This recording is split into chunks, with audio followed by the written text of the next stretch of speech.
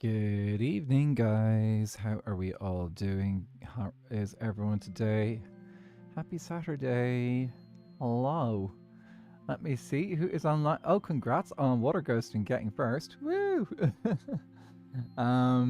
Vex, 20 stream streak. Amazing. That's so good. Thank you so much for tuning in that many times. That's amazing. I believe I will confirm this, just in case Luthers is trying to catch me out here. Ireland versus South Africa. Full time. Oh, that is not great for Ireland. Yep. Congratulations, South Africa. Luthers. 24-13. Yeah. For just to clarify, that's rugby football, guys. Yeah, South Africa is playing Ireland today, and yeah, looks like South Africa beat us. So, well, there we go. I'll take my hat off to you there, Luthers. I'm sure the game was good. I think I'm sure it was a good game. Well, hopefully it was a good game. Hopefully it was an entertaining game at least. You'll have to let me know because I was not watching. I did briefly see the score, but that's about it. Gosh, the last 20 minutes of the game was absolutely horrible. I was stressed, man. You guys played well regardless of the yellow cards you got.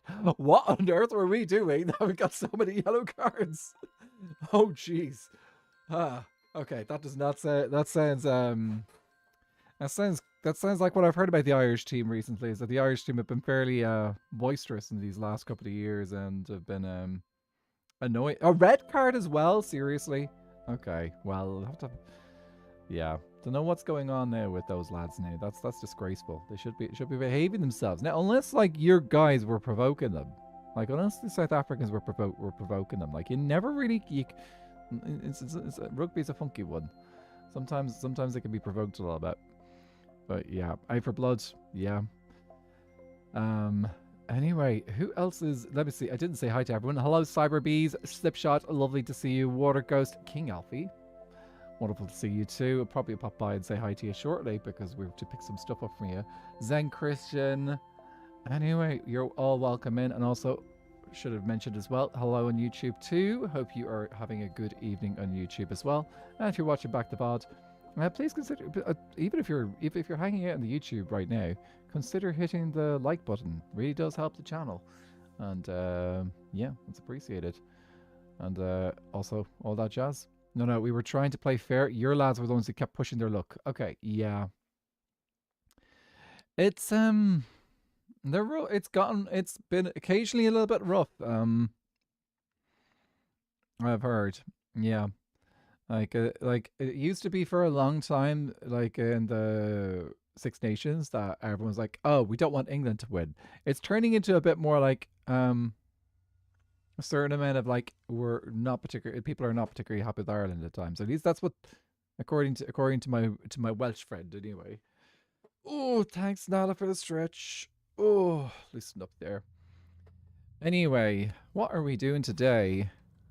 What are we doing today? Here, let me just get the correct game open. There's a lot of close calls for fights as well. So, this here is... Oh, I always forget to change the FOV back. Here we go, back to normal. Ah.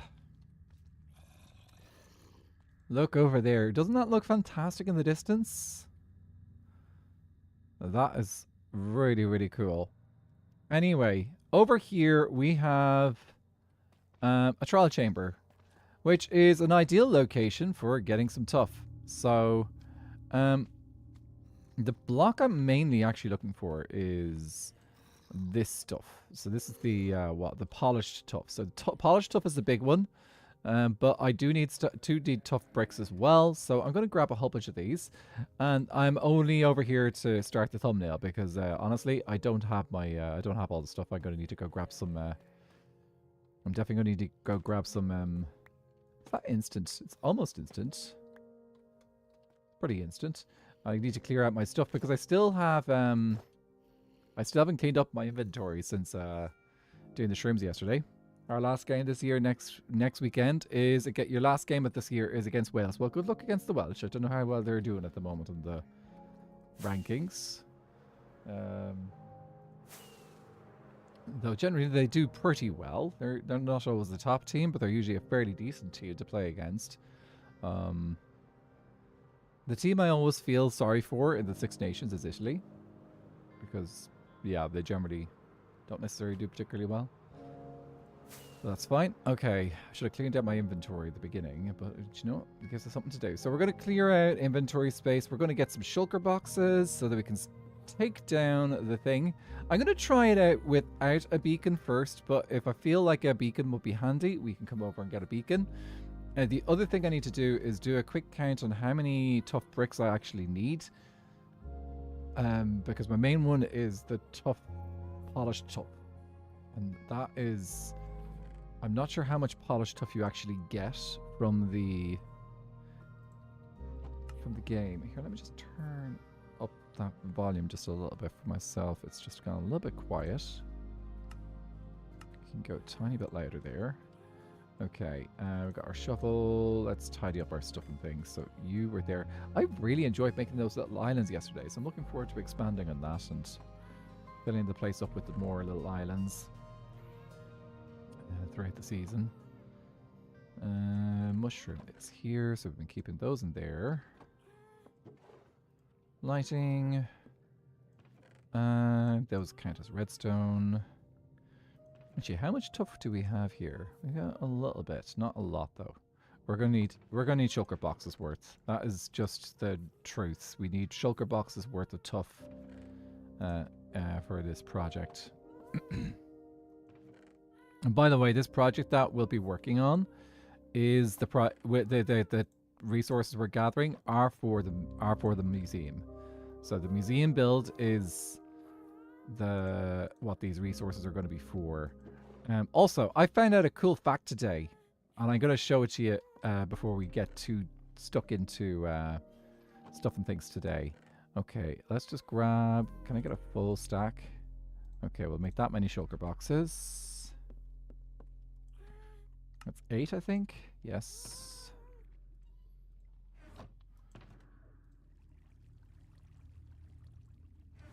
Turn those into shulker boxes. Fabulous. So...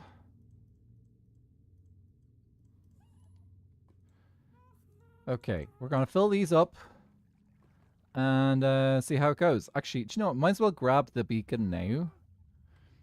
Let me change this to this and this. Okay.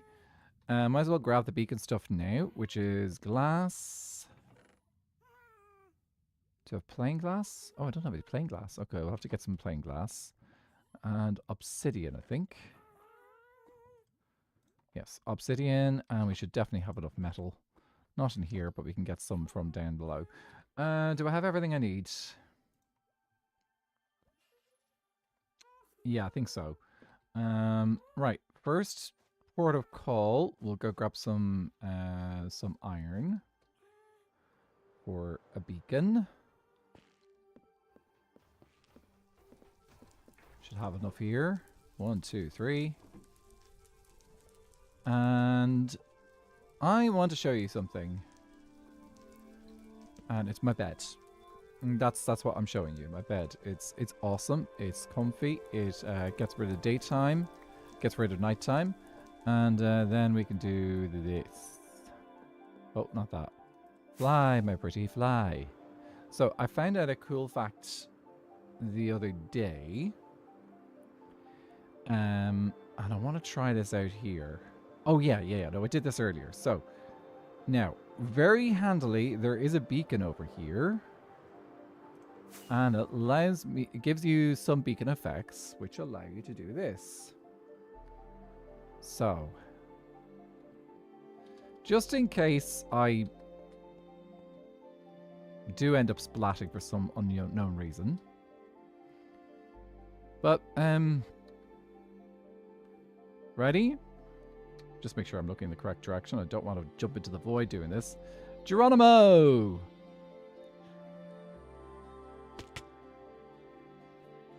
Half a heart.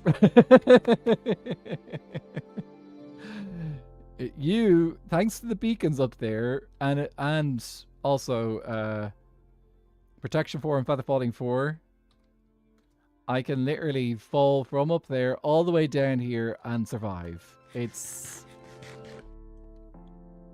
Yeah, I am very happy with that. Okay, I did leave my bed up there, so I have to go get my bed again.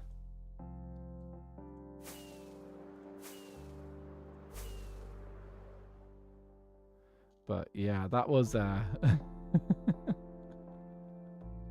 was fun. Okay. Oh, excuse me. I thought I muted there. Okay. Let's go pop over to Elfie and see if we can get some nether stars. I'm guessing I'm gonna just take a wild guess that he is doing his thing over at the Mangrove Kingdom, working on the stuff like that. Is there actually a bit of a change to that bridge? The bridge feels a little bit different. There feels to be... Oh, I never noticed that. There's a little bit of... Is there a slant?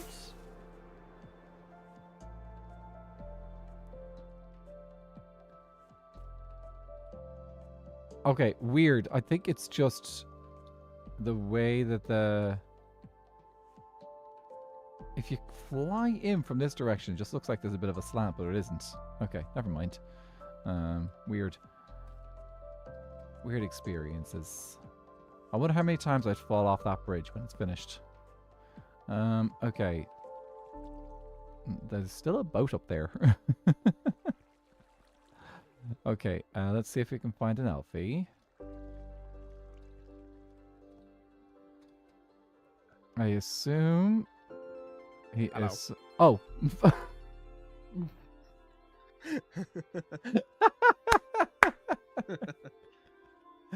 Okay, that actually... I don't usually jump, but that caught me. It's going good. Just getting ready for a little bit of mining in Skyblock. Oh, that's always fun. I know. It's not very often you get around to doing it. Yeah. So yeah. I hear you might have some spare nether stars. Only about 200. Any chance I could just borrow like one? I don't know, man. I'm running a little short on them. Oh jeez, like I know you need them all for like all the stuff you're doing. Like you need every star counts. Yeah. I mean, with the amount of mobs that I'm fighting off in there, I do need a lot of resistance. I may have forgotten this spot. It's bad. Oh.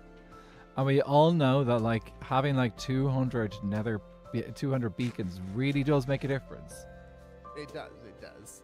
I mean, that's one resistance per beacon, am I right? It is, totally. So like 200 resistance, like you'd have there's no way. And also yeah, they make just tank a creeper.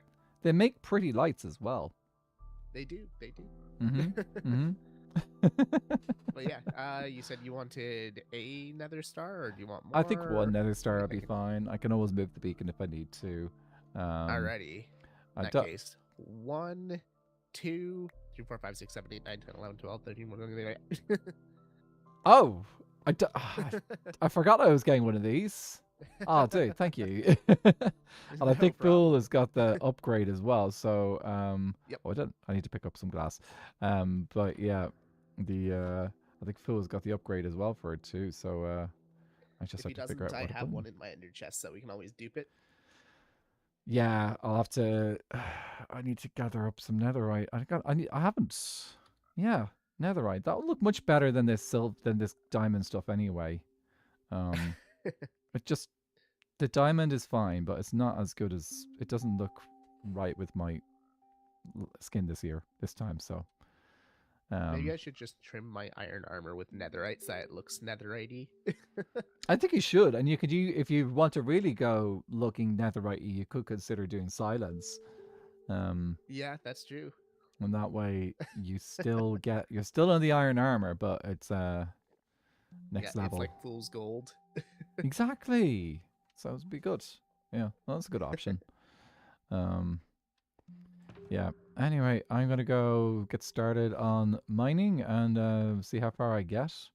Sounds good. So, good luck. Thank you for the child support. Of course, of course. Of course, of course, yeah. So, child support is there. And I will see you later. Awesome.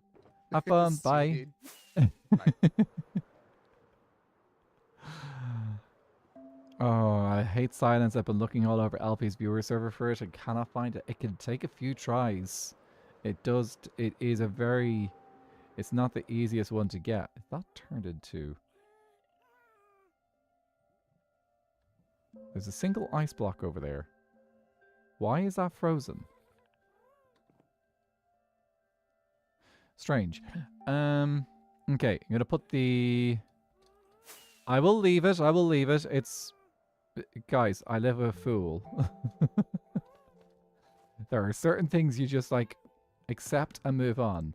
Okay, you go there. I need to grab some glass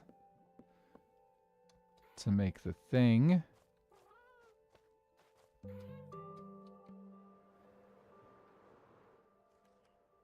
Aha.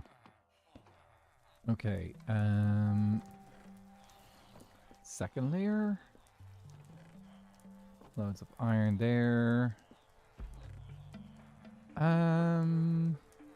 Okay, I'll just buy some iron. Can we name it Iron? Name which?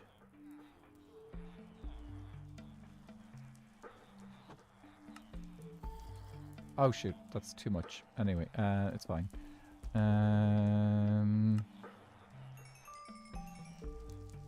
The ice? Can I break the... I don't think I can break the ice though. I have to keep it intact, don't I? You can name it Iron. I'll just have to remember that. We could put a sign maybe down beside it, maybe? Oh, I just realized I should just go to... I don't have to actually go up a level. Oh no, I did, because I didn't have any... brain, stop messing me around today. Come on, you can do this. Okay, so let's just go... I think we're good here. Let's leave... We got a chest up here we can leave the spare stuff in. Fantastic. Okay. I will need iron for activating the beacon. Like making names. Yes. We like naming things around here. We even got a redemption for it and everything. Just so that, you know, let's just put a sign down because that way we know that it is named. Which of these has got a sign in it? We'll go fancy. We'll get a hanging sign.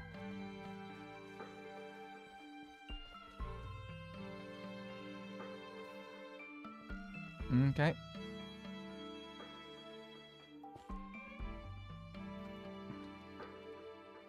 So that was Ivern.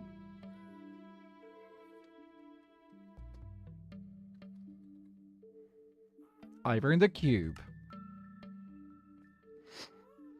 You get there nice and cozy, mister. I'll get some more rockets when I get over there. It only takes... Probably won't even take one rocket to get over there. Ah, itchy nose, itchy nose, itchy nose.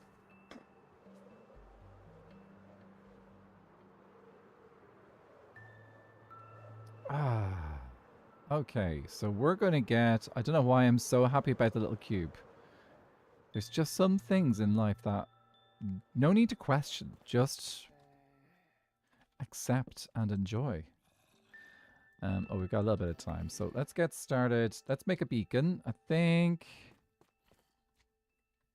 Where's a good spot for a beacon? Probably not near you guys.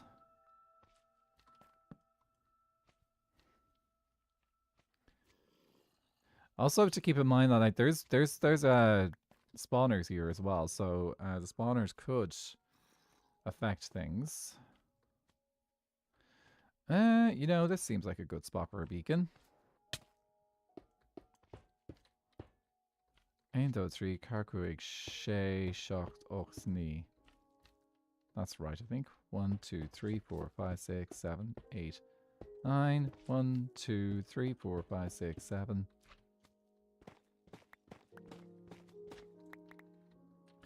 8, 9.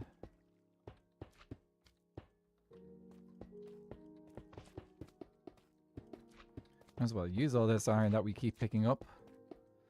Funny thing is, we could probably get away with just like leaving this load of iron here after we finish. I probably have gone too big. I'm trying to remember whether it's supposed to be 9 or 7, but it'll do. 9 by 9. I did it right. Yes. Okay. Brain remembered correctly this time. We didn't have the issue with like yesterday where I couldn't remember the pattern for spawn proofing against spiders. So, yep, we did it correct. Woo! First try. Instead of like our 3rd or 4th try yesterday with the spiders. I will have to deactivate this beacon when I get down to the bottom layers though. I do not want to Oh, well, I spoke too soon. I do not want to end up in a position where I have to deal with Oh, bring home the beacon. Nice. I do not want to end up in a position where I have to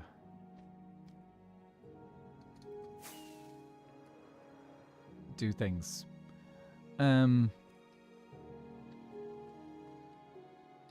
I don't think we need this water.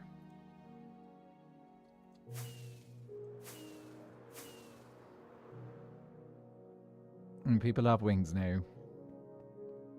And actually, this is a perfect instance of where we don't need grounders. Where grounders is okay to fly. So like, people are okay to actually fly out this way if they want to. Okay, what's in these barrels and chests and stuff? Ooh, Tuff. Okay. I think the best way is actually if we just set up our things here. Don't really need the bed. Leave our barrels over here and we can go over to other parts of the build and take them down first. And we can come back over with our shulker boxes as we go. So, Countess Cookie Cake, how are you doing? Good to see you. Let me gather up all the Tuff that's in these barrels though, because every bit of Tuff counts for me. I think I used some chiseled Tuff in my build. Okay, cool. Alright, let's do this. And I'm going to grab the schematic actually. Load schematic. Now, we're not actually going to have a look at the schematic. We're just going to have a look at the resources I need. So, material list. Only 12,271 polished Tuff. That's all. Yeah, that's all. So let's see. How much brick wall do I need? So I need about 3 shulkers of brick wall. I know. You know I could never keep up with you, Alfie.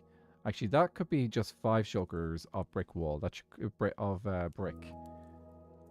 Tough brick. That should be fine. Oh, that's 6, 7. Let's say 7 shulkers of tough brick. Any other tough brick blocks there? No. Okay, and I need to grab polished. I need how many shulkers? 7 polished. 7.1. Let's have a quick check and see what other ones that I can get there. 7.1. That's about 8. It's about 8 then. Let's say 9 shulkers of polished. I don't have enough shulkers with me.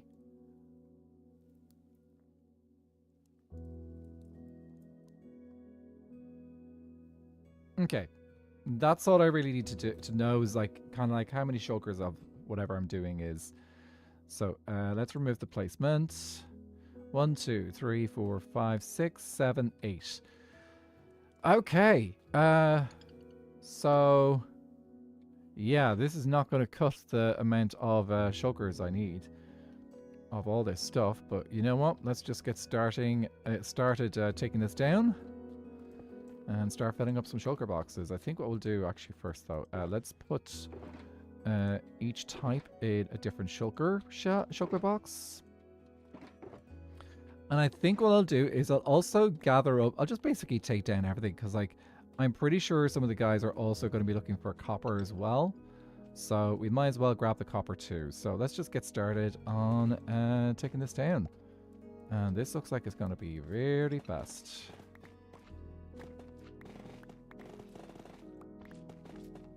Well, hello there. Shave a chamber. Oh, just like, it's like butter. It just cuts so smoothly. Shave the monkey? We don't have a monkey this season, though.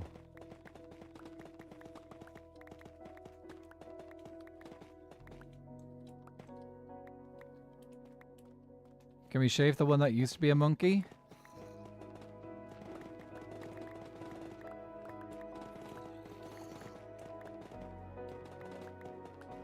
Who's up for shaving? He's not on the server right now, so I can't shave him at all, but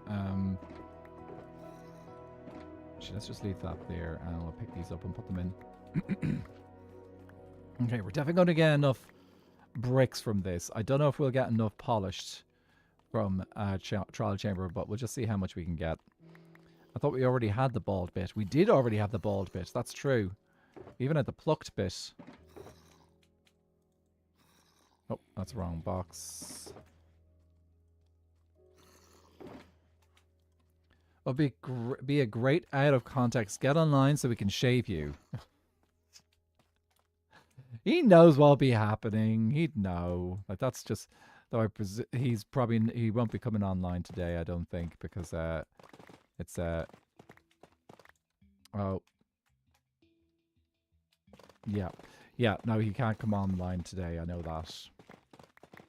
As far as I know. Let's get stuff. Oh, I think I just activated one of those things. And it's got children in it!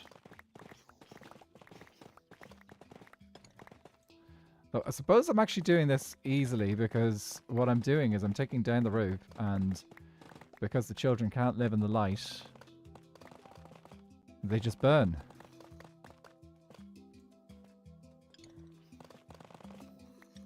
That's a pretty handy thing with the undead mobs, isn't it?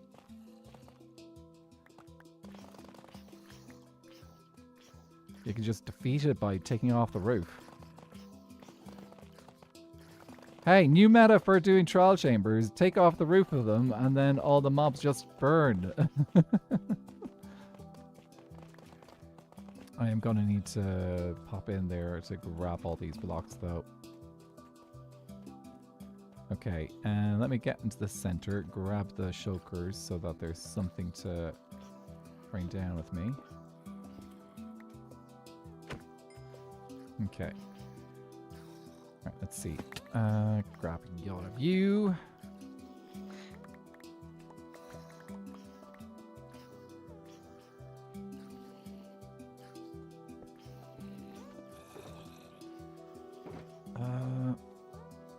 Yeah, I don't think we're going to get enough polished out of these. I think we're going to have to craft the polished stuff. Imagine trying that in a normal Minecraft world. I know. It'd be no problem at all, really. It'd be quite simple. Wouldn't it?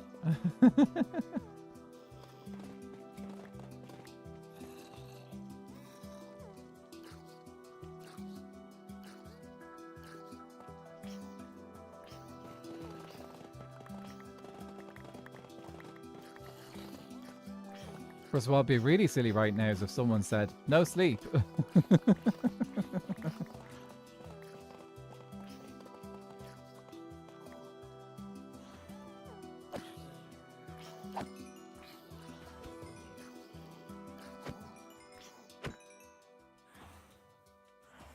Goodbye, children. At least give me a key. That'd be great. Yay! Key! Whoops. Okay, let's grab all these blocks before they all disappear.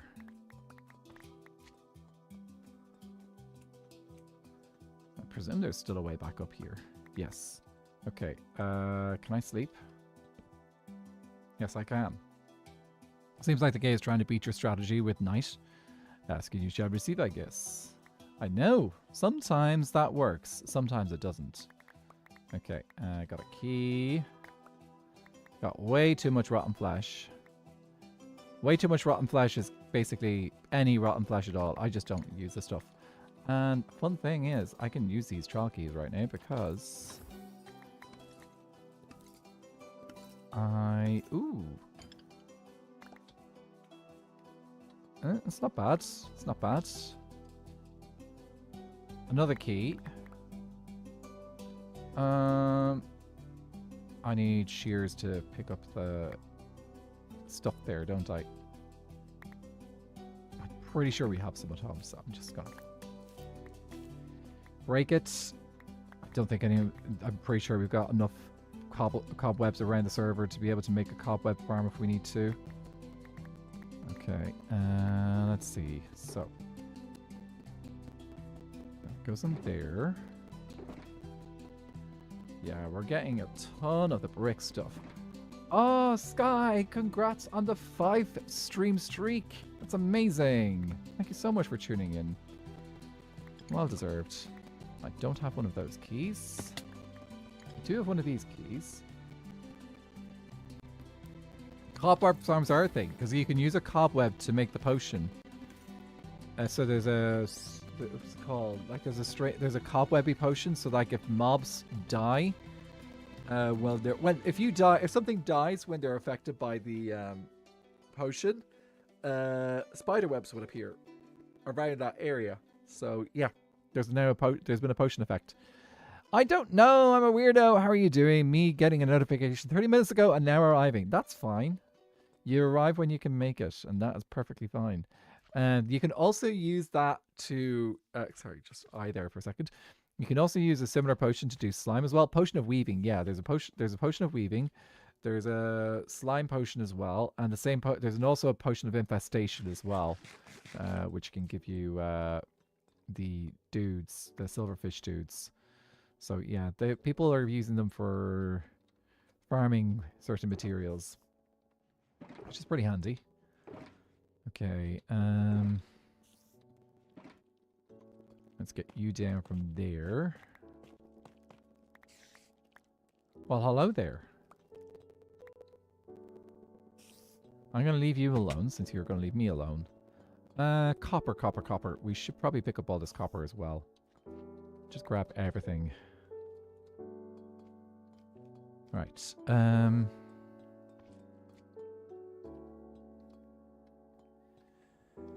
say, let's get back up onto the walls and... Oh, let's grab that bit there. I think one thing I will do, let's cover up the... Let's grab some of this cobblestone. We can use this cobblestone to cover up these dudes so that we don't have them interfering with us while we're working. Dis morgen, Jace, Construcursi lads. Wat is Jack? How are things with you? It's good to see you. Okay. That's been done. Let's take down these walls. I think I've got enough space. I might grab a bundle for these things here.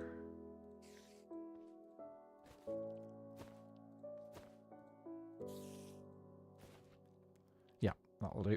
Okay. Walls first. Let's go.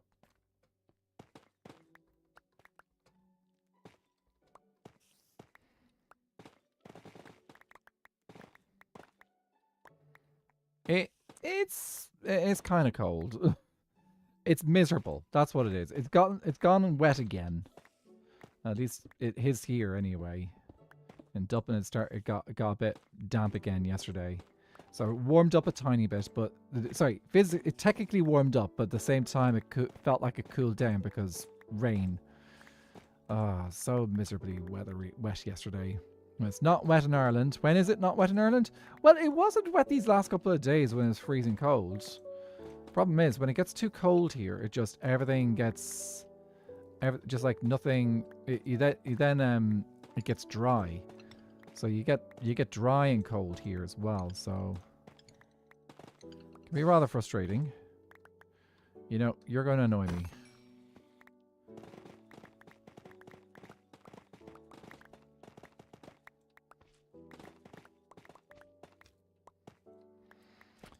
The thing that I don't think we're going to get out of this trial chamber, I don't think we're going to get enough resources out of one trial chamber. We may need to take apart 2 of them.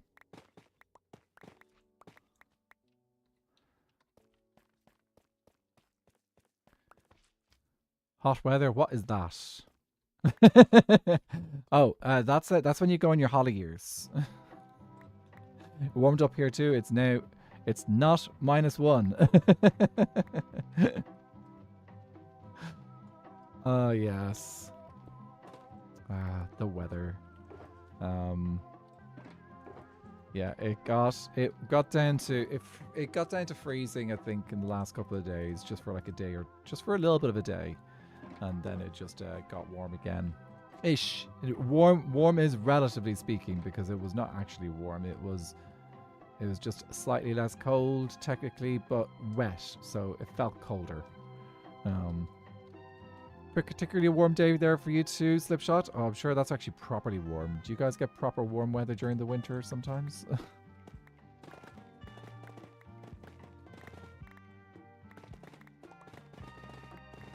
You know, taking down this trial chamber is making me feel like I should review the build that I'm designed and use bricks instead of polished. We're at -12. It warmed up a bit, but next week it's back down to -9. No, thank you. It's like 80 Fahrenheit. That's warm. Like that's not even touching cold weather there, mister. That's like a nice that's hot. That's just like that's a temperature that I just don't deal with very well because it's hot. That is called hot weather, dude. But it's all relative. I've been actually catching a whole bunch of these little shorts occasionally, actually. Because that is a warm summer day. That is a very warm summer day here. That's hot. That's like weather where I stay indoors because it's just too hot. But yeah, it's like 20 degrees here, but I can't handle it. Ooh, my hands are cold and blue. What? 20 degrees? 20 Celsius.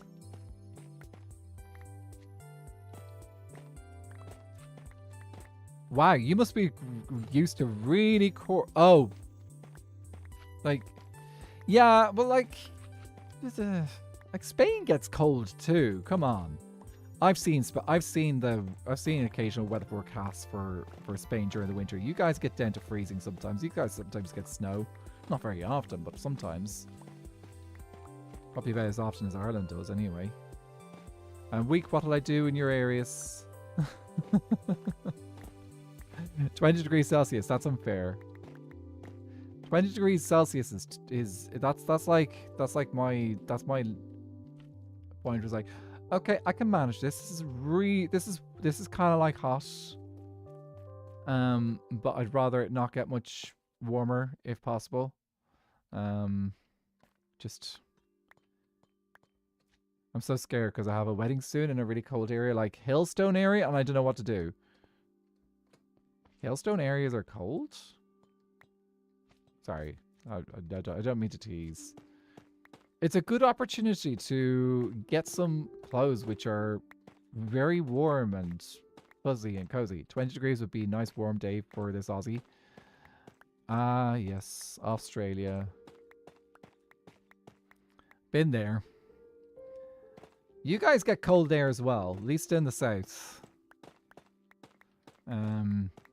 Maybe not during the whole day, or like, because like I remember like winters there were they're kind of warmish, but it could cool off quite a bit down to the winter.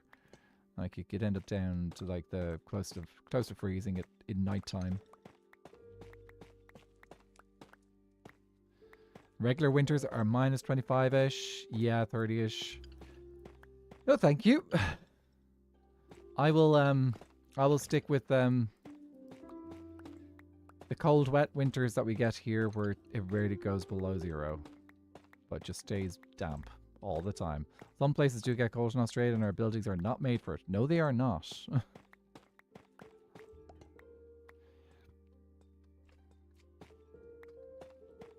Everything in Australia is about cooling down. I'm not quite sure I'm taking advantage of this beacon, actually.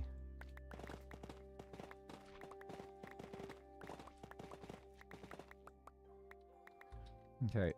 Nice thing is, we shouldn't really get any spawns in this area anyway, because it's spawn proof. And some places do get cold. Yeah. Maybe like minus 14 degrees here. No, too cold. Too cold. Too cold. That is too cold. Too cold. Das ist zu kalt.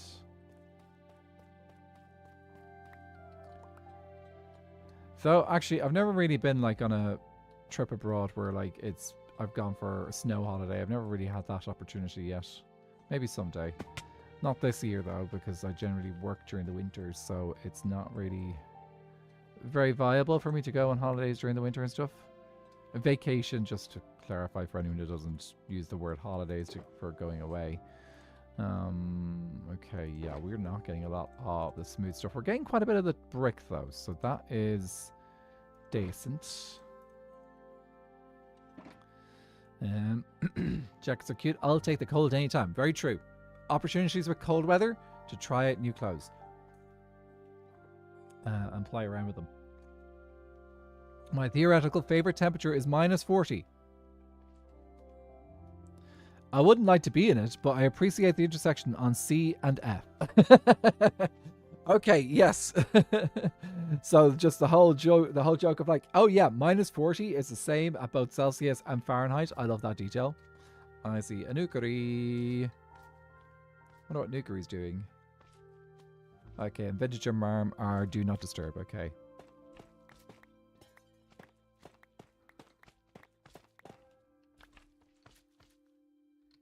Hi, hi.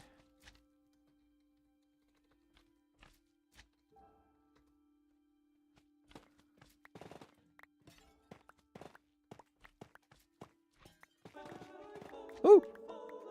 That caught me off guard. Jace Atian, thank you so much for the follow on Twitch. Welcome into the chorus. If you want to let us know how your day's going, please do. If you want to just sit back and relax, that's also fine too.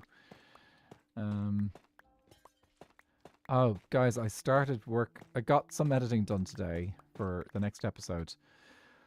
Oh, one of the difficulties of big gaps between episodes, because like it has been a month. When was the last time I posted SBK? Let me check. It's been a little while because I've been doing. Oh, my word. What word? I just got... Hello? Musi! Hi! Welcome in! How are you doing? Snoop, welcome into the chorus. Musi, what was you... How did the album go? I need to listen to it. For those who do not know, Musi has... Musithical. Over on Twitch... over YouTube, just know that I've just had a raid-in from a Twitch from Musithical. For those who do not know, Musi has just released an album. They're wonderful. The album release went very well. Do you guys just nerd out about the songs? I cannot wait to have a little listen to them at some point. I did tune in briefly to your stream earlier, but just then I was getting dinner and stuff. So yeah. Welcome in, guys. Let me see who's come in today. Tess M, welcome in. Mama Loki, hi Loudon. Who else is there? I think I see a few others as well. Anyway, Astrifarius1, thank you so much for the follow on Twitch. The lesbian. Oh, what a great. You got that? Yeah. Okay. Can I just. Okay. I don't know who you are, the lesbian, but can I just take my hat off to you for being the person who managed to get that Twitch username? You absolute legend. We have not just like the lesbian in chat right now. That's so cool. That's so cool. Just like when people get just like the best usernames, you have to some you just have to do that.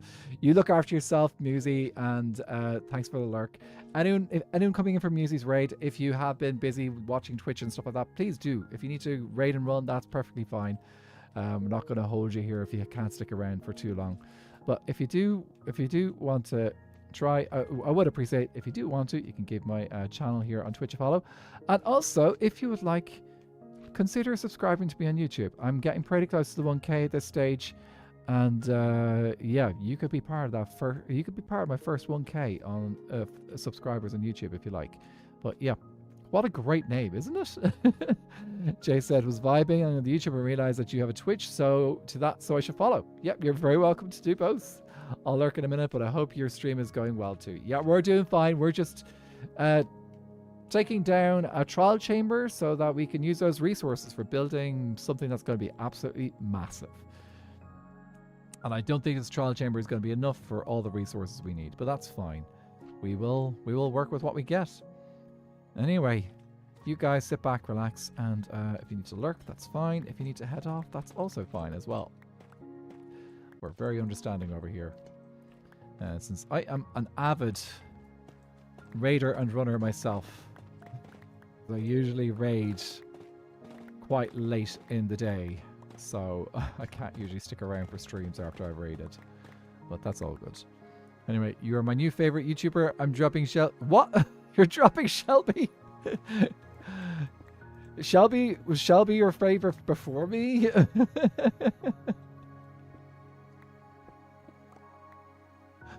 Oh, dude. I will be honest.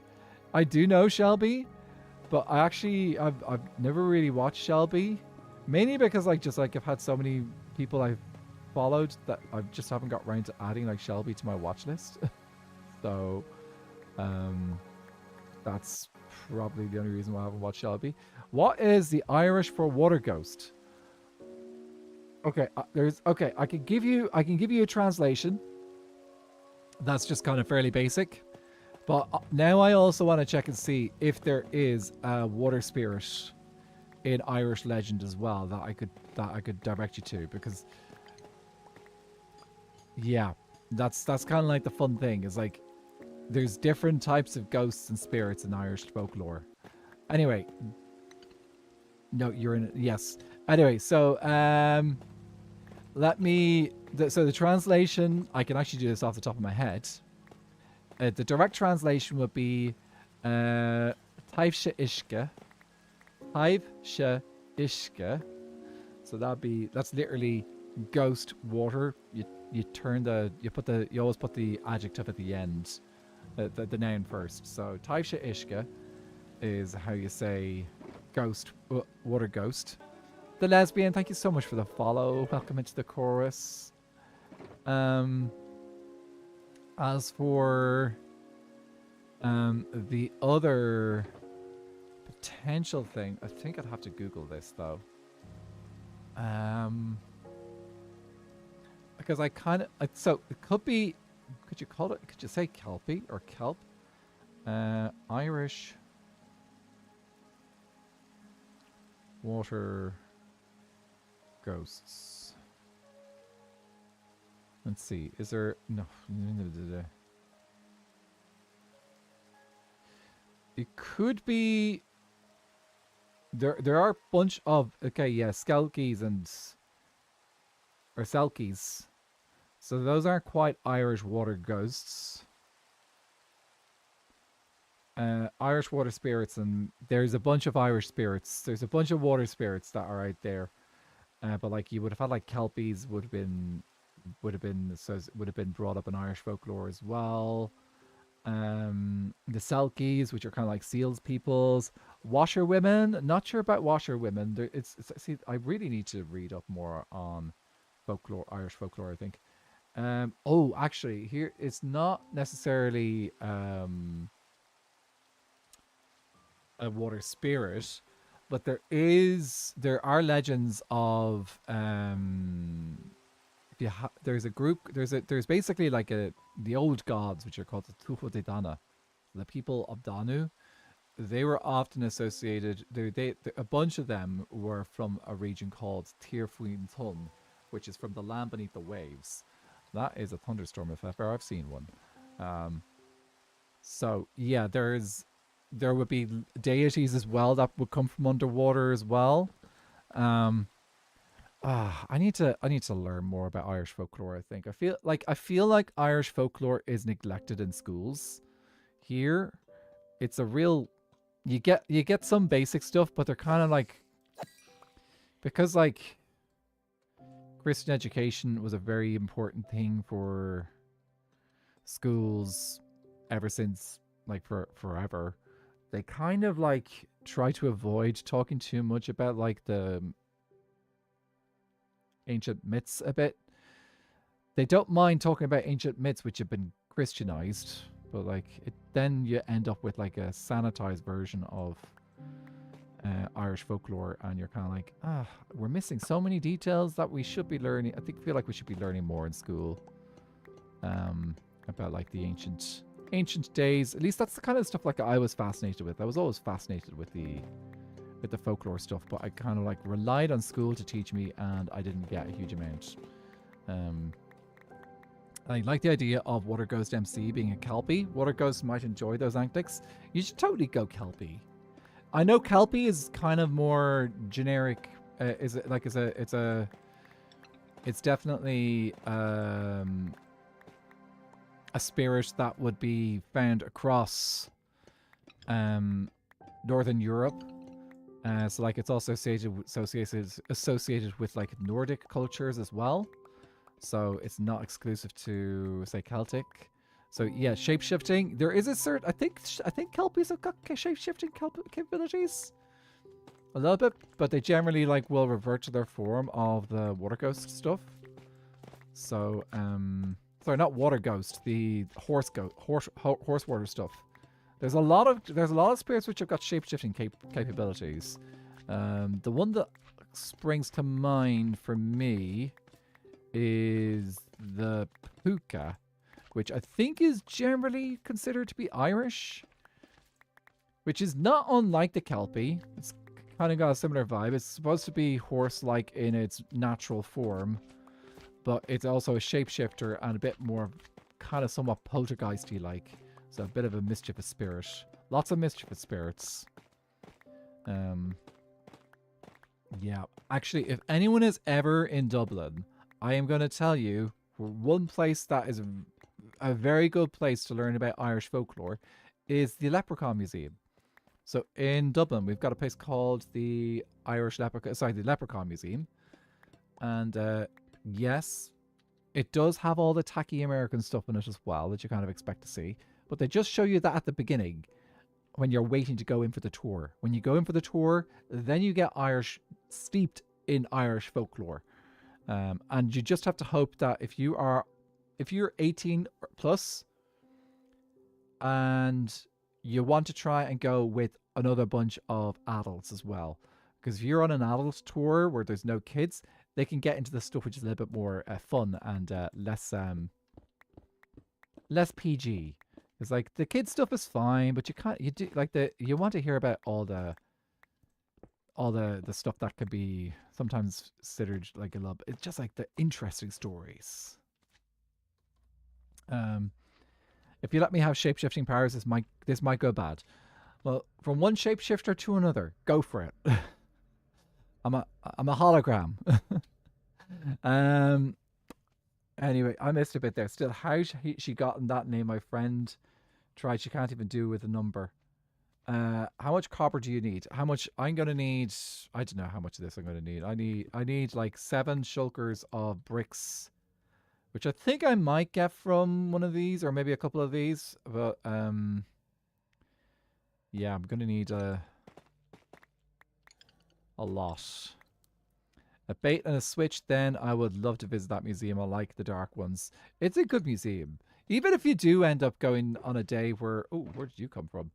Even if you do end up going on a day where you've got kids around, they're still like they're pretty decent with all the legends that they come out with. So like you get a good you as long as like it's not they'll always they're pretty good at catering for the groups that they have. I think I'm a poltergeist as a ghost. So yes. Yeah, mischievous. Who's mischievous, actually? I haven't heard of her before. Okay, next layer. When I was a wee lesbian, I lived near the Bolton Stride, which is believed to have a kelpie in it, and it has 100% death rate. That sounds like a god. Yeah. Actually, there was a legend this is more Christian legend rather than you'll find all sorts of legends in Ireland. You get a mix of like the Christian ones and the pagan ones and the ones which are a mix of the ones that came from that are kind of like combined into both. What was it? There was a legend of a lake. There's two lakes in Wicklow. It's down near an old ancient monastery that's no longer working, and it's called Glendalough. And a long time ago, there lived a saint there. We're about to hit ads, so I might wait until the ads are done. I'll wait until the ads are done, just in case anyone's caught in the ads, and I'll try and go into that legend again after the ads be done. Which river? Bolton Stride, is that the river? Ooh, okay.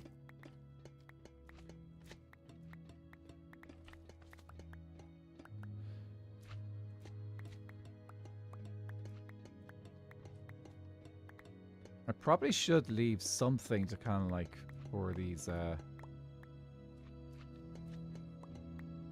chests to sit on. Sorry, vaults. In case anyone else needs to do those vaults.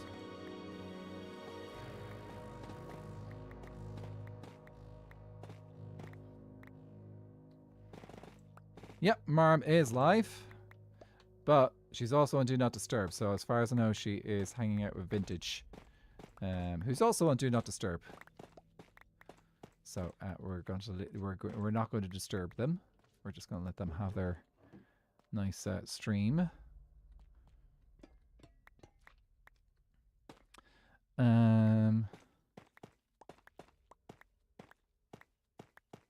It got evil horsey in it. Here come the evil horsey.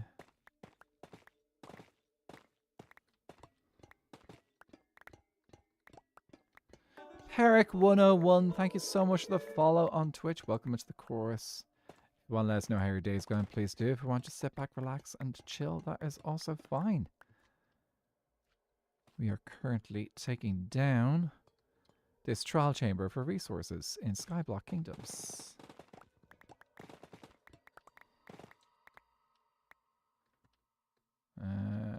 Gotta grab you.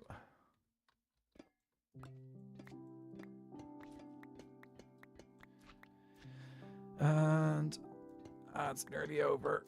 Come on, ads, finish up. I want to go into this little legend that I want to talk about.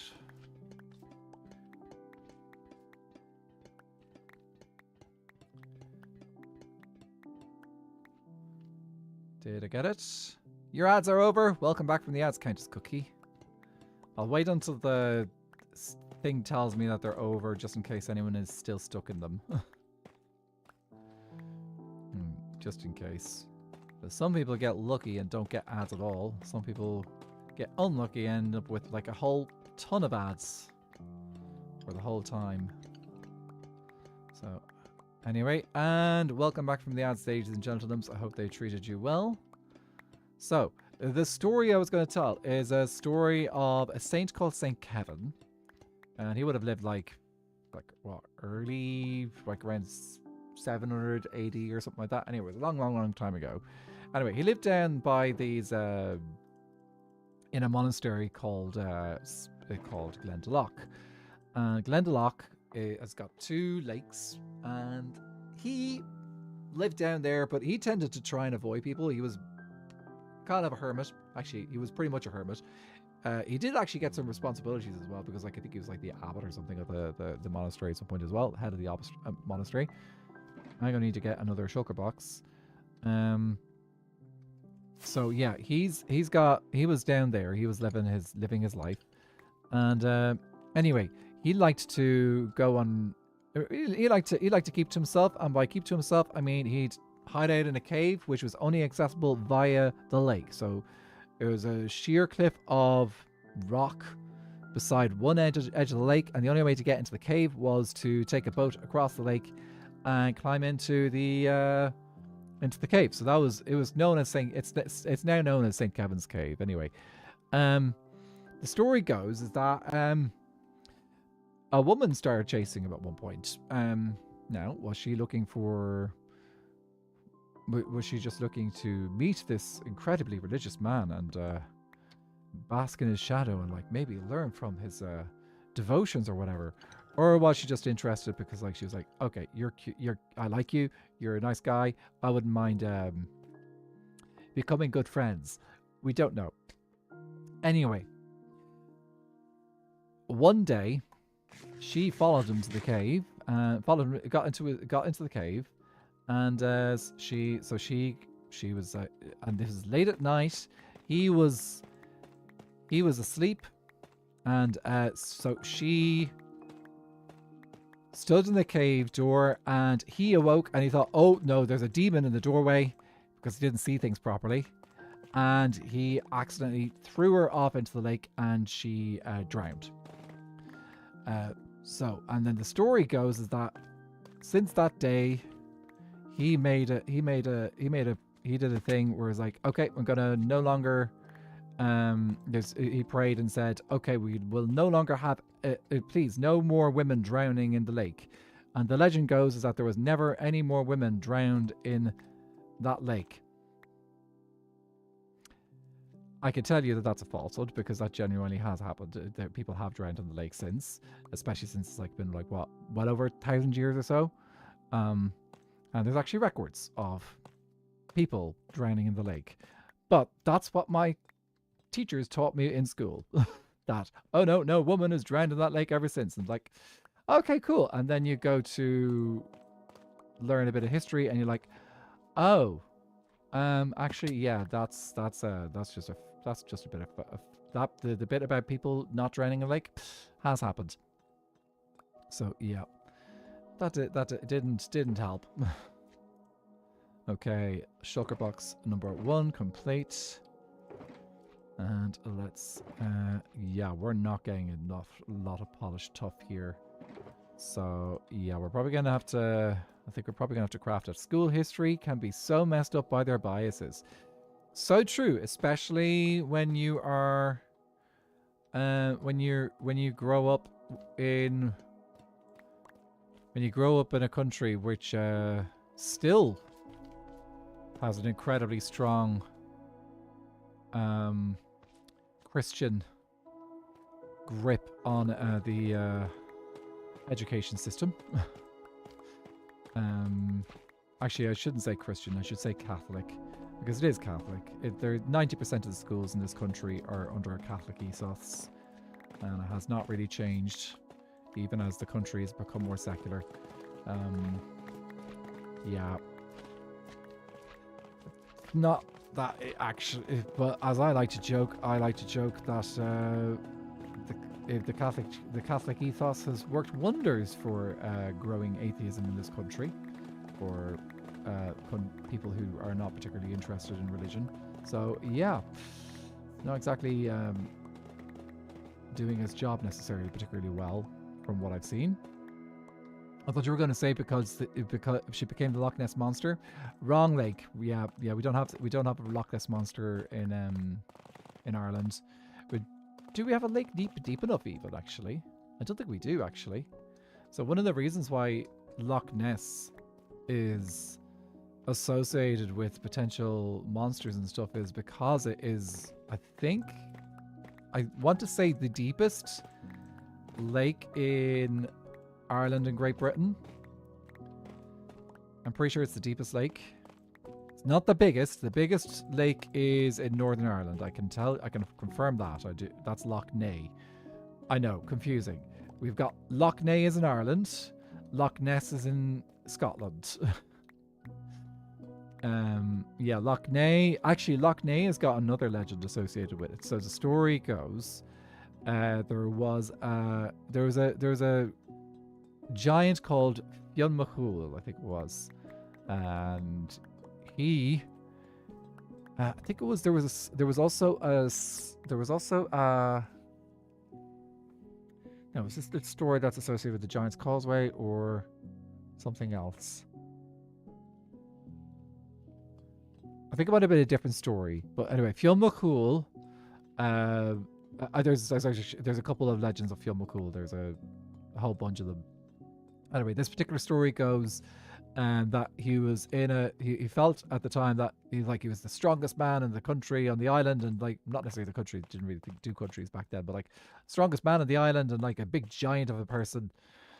So he in a show of strength one day, he scooped up a huge rock out of the kind of like the center of Ulster, which is like up in the north, and scooped that out, and that became Loch Ness, and he threw it out into the middle of the Irish Sea, and that rock in the middle of the Irish Sea became the Isle of Man.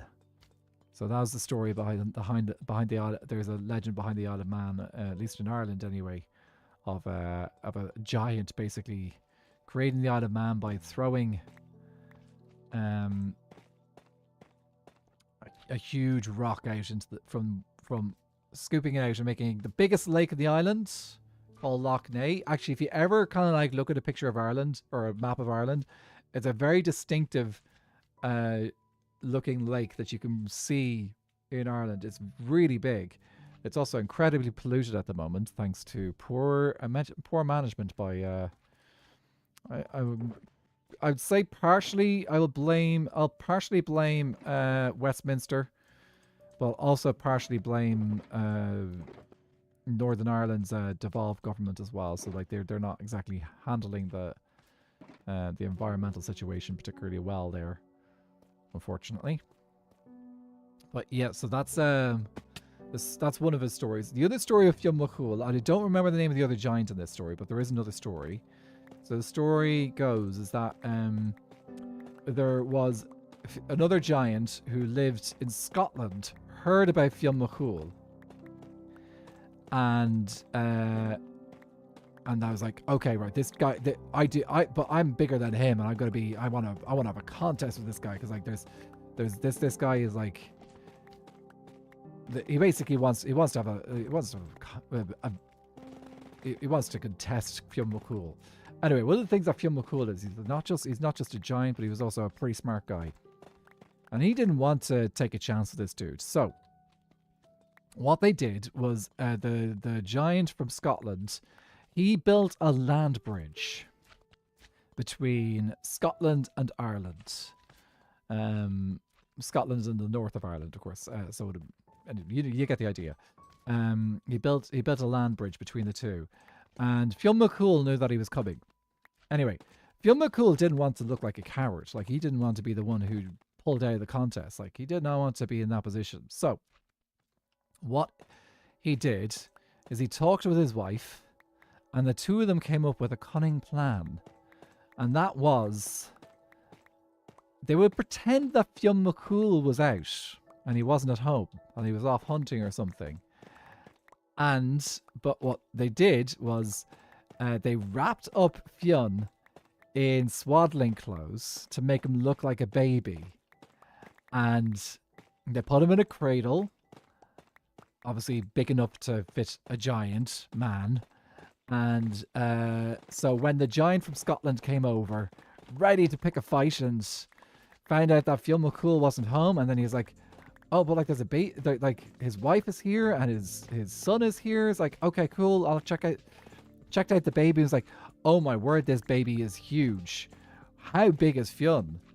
So because he freaked out by how big Fionn was, he was like, he was imagining how big Fionn was compared to himself. He's like, "Okay, there's no way I'm going to take on Fionn McCool. Fionn McCool will just like eat me for breakfast."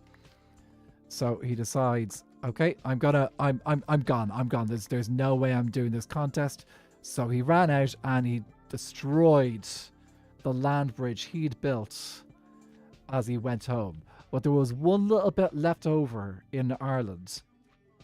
And that bit that's left over in Ireland is now the Giant's Causeway, which is why it's called the Giant's Causeway. So, or at least that's where the legend came. That's the legend behind the Giant's Causeway. So there you go. If you haven't heard of the Giant's Causeway, it's a fairly beautiful formation, natural formation, that's not built by giants. Well, at least not by human giants. It was built by it was volcanic activity. What's the name of I think it's a basalt formation, but the formation was created by underwater volcanic activity, which created these pillars, which are hexagonal in shape. So yeah, nature's giants. I know, so cool. So yeah, there's a couple of stories, folklore stories that I've got bits and pieces of inside my head, and I'm telling them probably similar way that like people share stories of like their kids and stuff like that, like as kids and stuff, like parents will teach their children and stuff. So pretty much that's like, yeah. I wish I could tell it the way like the Shanachie would, or like a bar. Shanachie is like our word for, it's like the Irish word for like storyteller or bard. We had a lot. The traveling storytellers was a huge thing in Ireland. Not necessarily people who our bards weren't necessarily singers too much. Singing some of them were musicians, but like traveling bards generally were more like the traditions in Ireland were focused more on like poetry and spoken word a lot more than singing and stuff. There were musicians who did travel. They were generally the ones that did like the traveling harpers were a big thing in Ireland. But like yeah, we didn't really have a huge amount of hello? Here we go. Didn't have a huge amount of like the traveling singers, like the bard from The Witcher. Didn't really have that huge. That was not a huge part of our culture in Ireland. Anyway, I lived in Mothman territory for a while. That was always fun hearing local tales of it. Yes. Rob, I should keep trying to get stupid paint on my palette. What's happening? I don't know. I missed that bit there. Well, that was a while ago. Sorry, I was probably caught up in story stuff. I would like the stories that sounds really familiar. It's being the story behind the Giant's Causeway explains a lot. Yes. I know you get Minecraft storytellers from there. Yes. Actually, it's... I suppose Minecraft has got an opportunity to kind of like... Oh, come on. Minecraft does have the opportunity to kind of like retell like some of those ancient stories in many ways. Like you could easily just like come along and like recreate some of those stories over time as well. In Minecraft too. So it could be another medium. Like if I had time, like if I had a bit more time, if I was doing this a little less casually, then maybe I could spend time retelling those kind of stories maybe. And like it's kind of like if you watched like the Vampires SMP, that's Vampires SMP was telling a new story, but in many ways it's also telling an old story. So the idea of like vampires and boogeymen in the night and like those stories come from somewhere. There was a game made based off our folklore monster called Until Dawn. That was awesome game. That's cool. I know I've seen some people do some stuff which has been based off Irish legends as well. What kind of gets funky though is that sometimes it just gets that people spend too much time trying to sell it off as like, oh, this is Irish, rather than actually focusing in on the story itself. Because like, I have seen some stuff occasionally being shared, and you're like, you know, you've just gone in and tried to make it overly Irish rather than actually focusing in on the story itself. And by overly Irish, I mean like focusing in on like silly details, like, oh, we have to make it green, or if it's like in the game, or we go in and do the accents and stuff like that. It's not necessary to do like Irish accents for everything. Like, you don't have to do that. You just have to focus on the story and tell a good story. That's the tradition. Lore is my favorite podcast because it's all folk tales, one branch being the ones with mostly reasonable explanations, the other being tales without explanations. Yes, they did an amazing job of storytelling of vampires. They absolutely did. It's so cool to hear legends from all over. Sounds like stereotypes of content. Yes. And that's probably the tricky thing, is like a lot of the time you do get caught out by people doing stereotype stuff, and that happens. It's only natural. People are like, oh yeah, this is like branding and stuff, and it's like, you can take a step back and have a look. All the world's a stage, and all men and women merely Minecraft players. Yes. Actually, I think one of the episodes I particularly enjoyed from Sandman in season 2. Anyone, some people, Sandman is a great, has got some really good stuff in it. But what I enjoyed about Sandman season 2 was the episode, which I don't remember what it was called, but the story was basically A Midsummer Night's Dream. And A Midsummer Night's Dream is one of Shakespeare's works. It's not necessarily seen as one of his best works. It's one that I enjoy particularly because it is fairy tale. It's a fairy tale. I enjoy that. It's kind of like fairy tale technically based in Greece, but when they do the episode itself, they do focus in on it. The episode decides to focus it into English, in an English setting.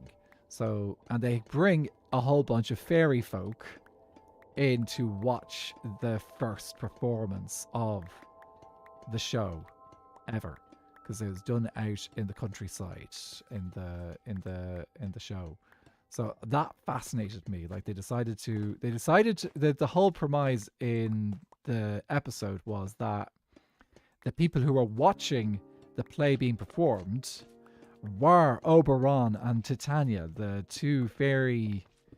fairy king and queen that were being portrayed in the story of the thing. I'm going to take off that roof over there so that I don't get any more slimes. Let's get rid of this, and we'll get rid of the slimes, and then we will remove the slime stuff. So I'm going to show you how to deal with this slime issue over here. Okay. I think let's do a flyaway. Need to see season 2. The first one was great. It's a well-known Shakespeare. I will say season 1 was definitely, in my opinion, more engaging in some way. So season 1 of Sandman, I felt like connected with people better.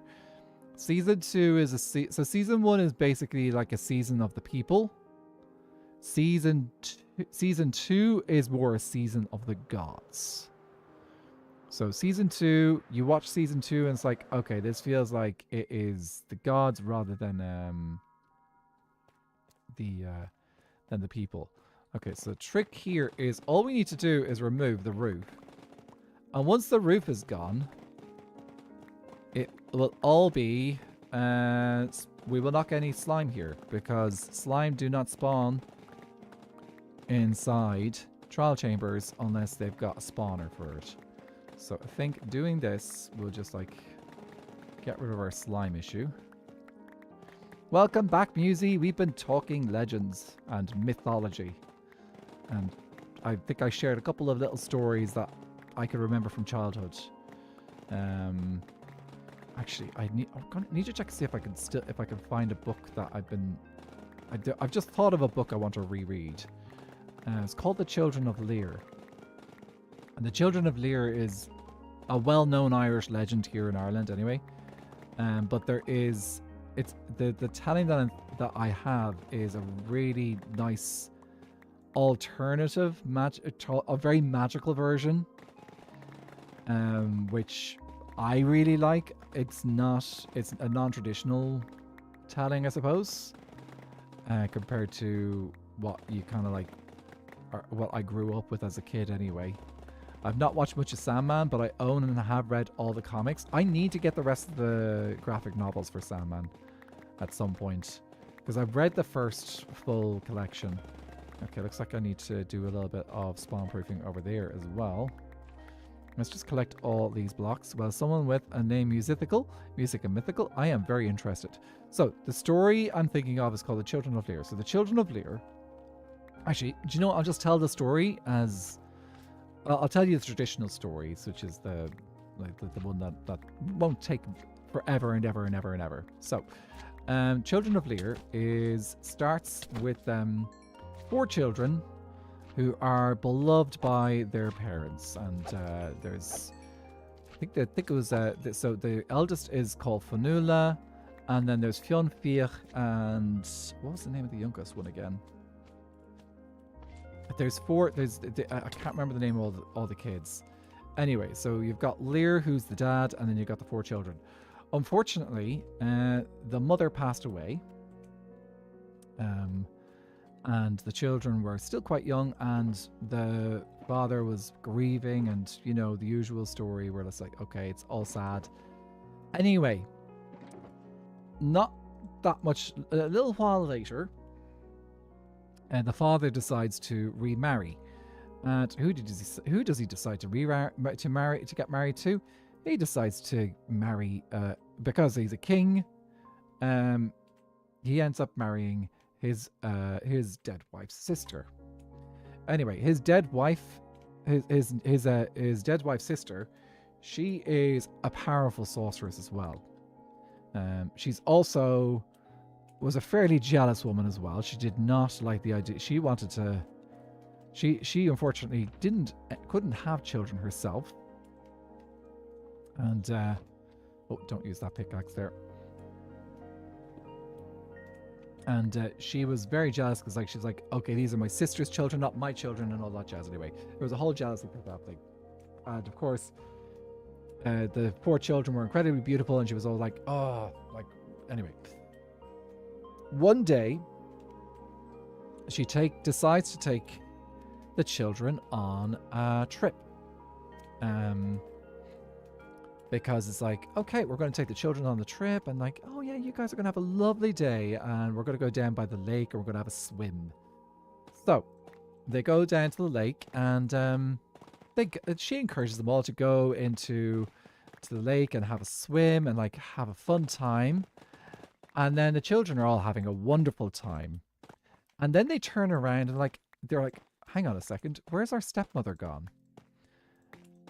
She appears out of nowhere with her father's magical cloak around her, because her father is also a powerful sorcerer, and he's far more powerful than she is, so she has to use the cloak to get her power.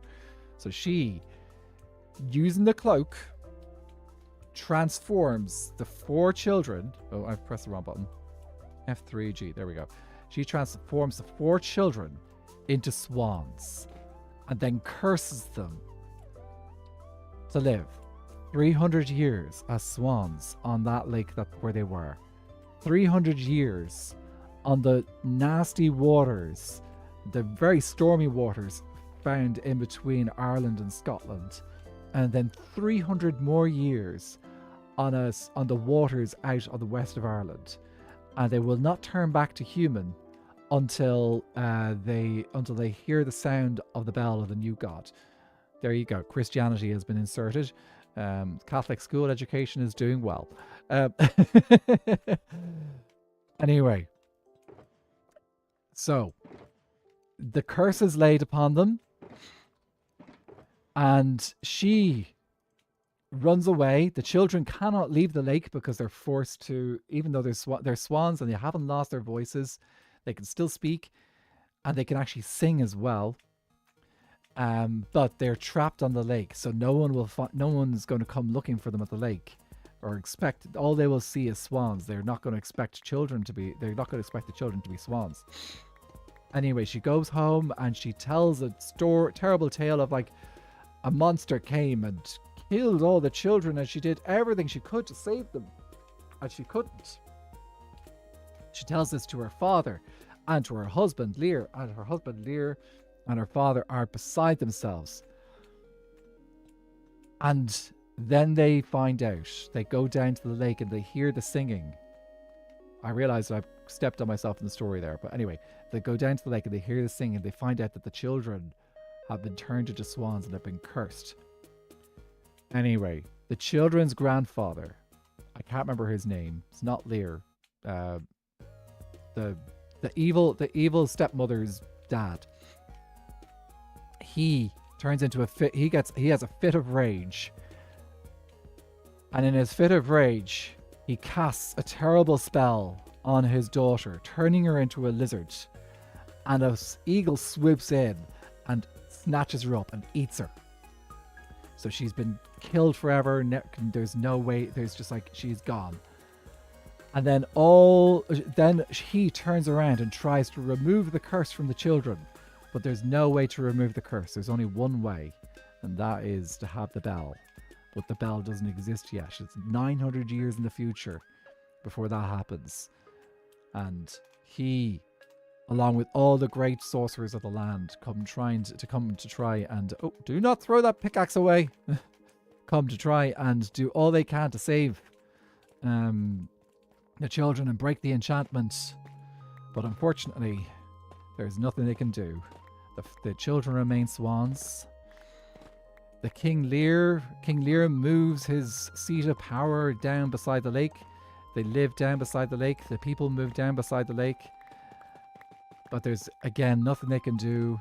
The children are trapped for 300 years down beside that lake, and they slowly watch as their father dies, as all the other people in the kingdom also eventually just die after time has passed. And then they feel the change. They feel the urge to move at the end of those 300 years. And at the end of those 300 years, they've to head out to the waters in between Scotland and Ireland. And many, many times they're in very dangerous times, because like it's a strait between Ireland and Scotland, which is notorious for incredibly bad weather. There's a reason why we haven't built a bridge between the two countries. Okay, I know the Giant did, but IRL, we haven't built a bridge between the two countries. That strait is particularly nasty. So yeah, the children have to live there for 300 years. Many a time they got lost. They lost each other, but they always found their way back to each other. And then 300 more years passed, and they move out to... They just need to hire a giant. I know, but you know, by this stage, I think the giants are gone. Like, it's been 300 years. Like, lot changes. I think they did meet some whales at some point, and the whales were very nice. So they sang with the whales. Whales, not... Sorry, whales. I got that wrong. Whales. They sang with the whales, not with whales. Whales didn't exist then, really. At least not in its current format. After another 300 years, they moved out to the west coast of Ireland, and they just could not fathom the idea. They could not bring themselves to live out on the coast again.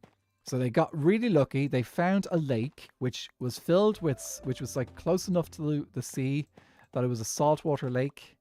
So in that lake, they were able to live for the next 300 years.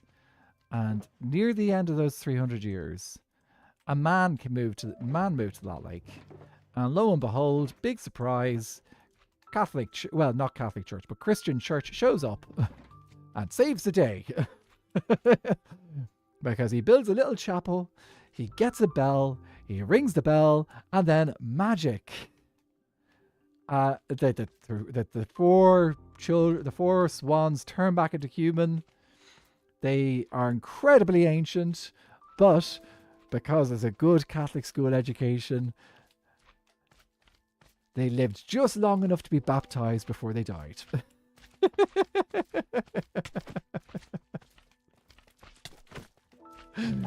Oh, isn't that the joys of the thing is that legend is probably older than Christianity, but yeah, it probably isn't. It probably isn't old. It probably isn't older than Christianity, but of course, it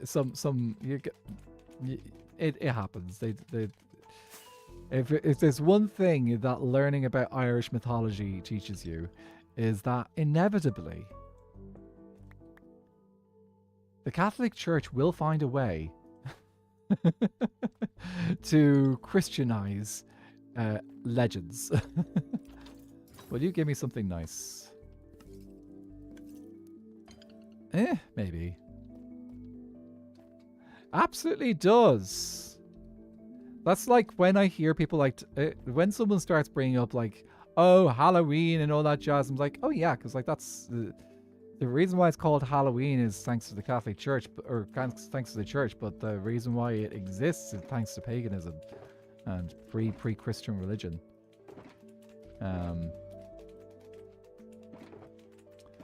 Good to have the education. It makes for great storytelling, though. Perfect timing. Now that literally needed to hydrate right as you call that. Okay, there's a part here I think that is still spawning these dudes. So just gonna let's just take down some of this. F3G. I'm not sure where it is, so I'm just gonna take this all down. And people wonder why Australians, First Nations folk don't want to share their stories. Actually, that's a fair reason. That is a pretty fair reason. It is, yeah. The thing is, a lot of the stories that you find across Ireland, you'll find similar stories across across Britain as well, and they're not exclusive to Celtic culture and stuff. So they do spread around. Some spread more than others. So it's and also, oh, interesting. Yeah, it's that would all be the thing is colonization had not really happened in the same way when these cultural things were appropriated or whatever. So yeah, I'll sleep. Actually, yeah, I'll definitely sleep.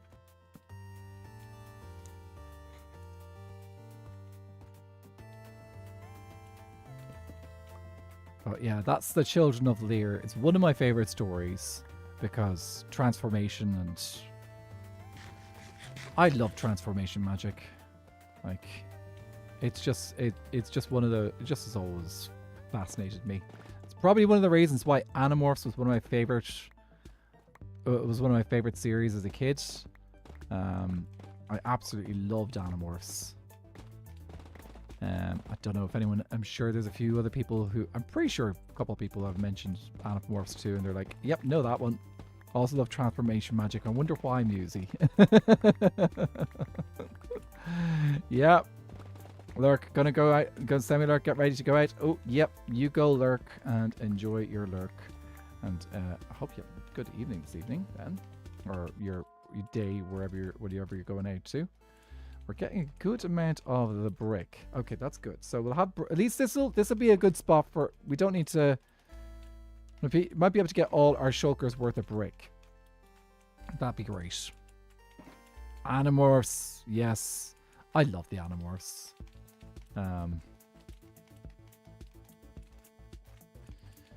Actually, I think the reason why Animorphs came up fairly recently in chat was thanks to we were talking about, what was the name of the actor again?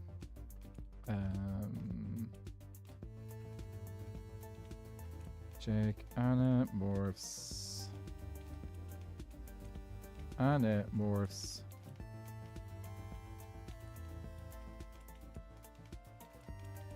Actor. Sean Ashmore, that's it. Yeah. We ended up talking about Sean Ashmore at one point.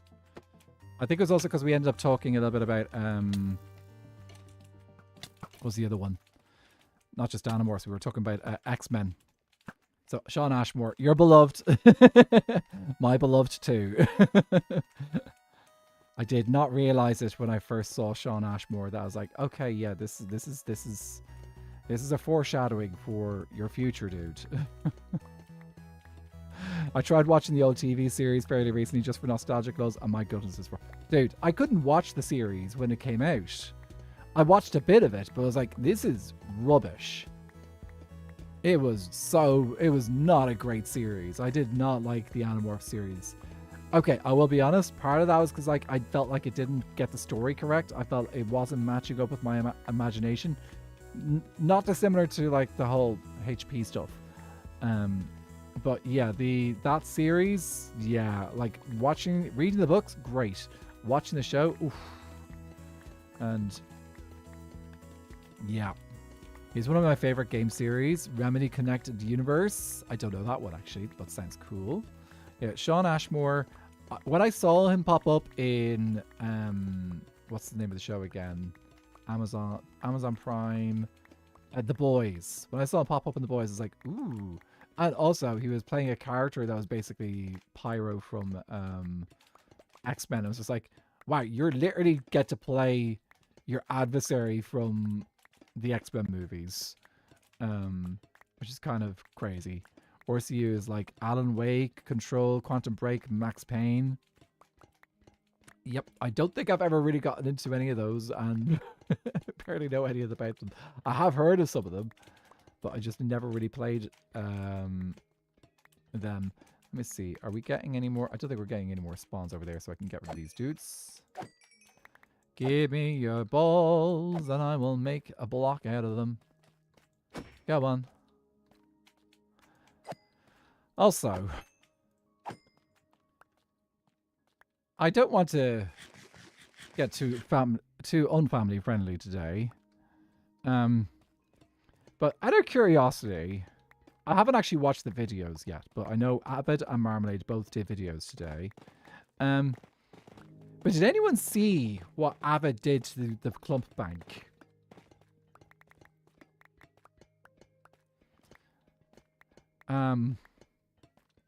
Because he squished it. But he squished it in such a way that I was like, huh. Yeah. You know what? I think this is worth a quick little break. Let's take a little break from our work here, and I can show you what I mean. Because I have a feeling they just squished it and did not take a step back to realize what they did. I have a very strong feeling that that's what they did. Because, yeah. Oh, the Flattener. I haven't had a chance to watch this episode yet, but I know of the Flattener. Yes. Okay. If you don't, like, okay, obviously the important thing, guys, is it's not about the result. The video is about also showing the journey. So this is just the end result of the Flattener's business. Knowing Avid, it might have been intentional. I just broke my ender chest. Okay, I need to go get another ender chest. This is why we're careful with pickaxes. Let's go grab a new ender chest, and I will show you. I have a feeling it wasn't intentional, because I'm pretty sure Marm worked on it as well. And Marm didn't notice anything. He looks a bit like a banana and Jingle Bells.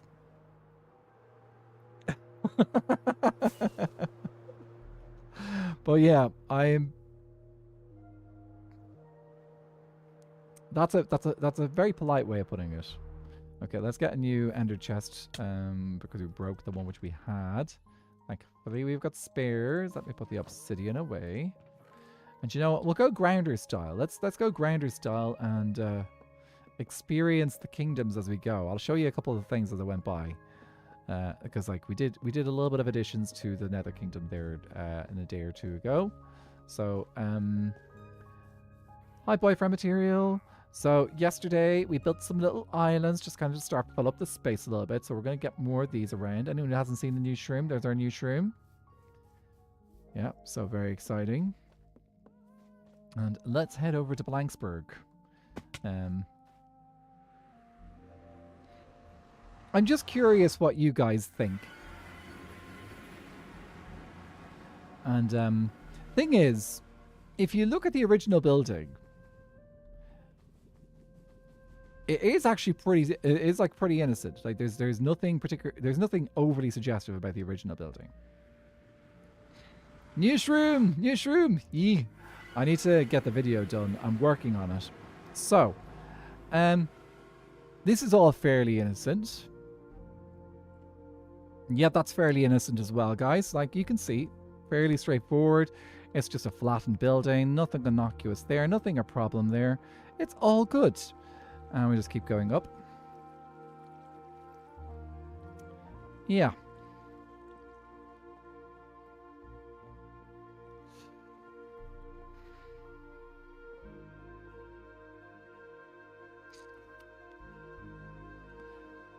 Anyway, it's just a building. There's nothing wrong with it, is there? Perfectly innocent. Yeah.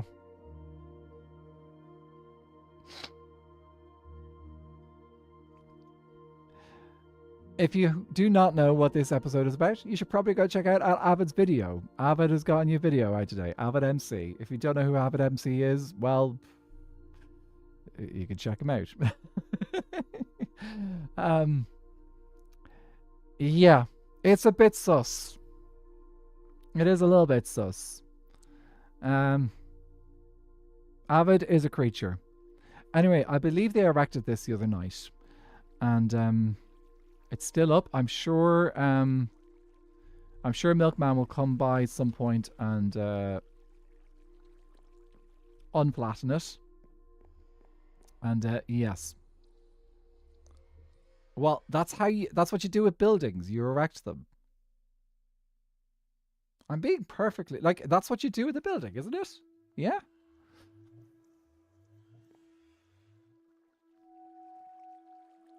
Mm-hmm. He's crazy weird man like an avid you. Yep.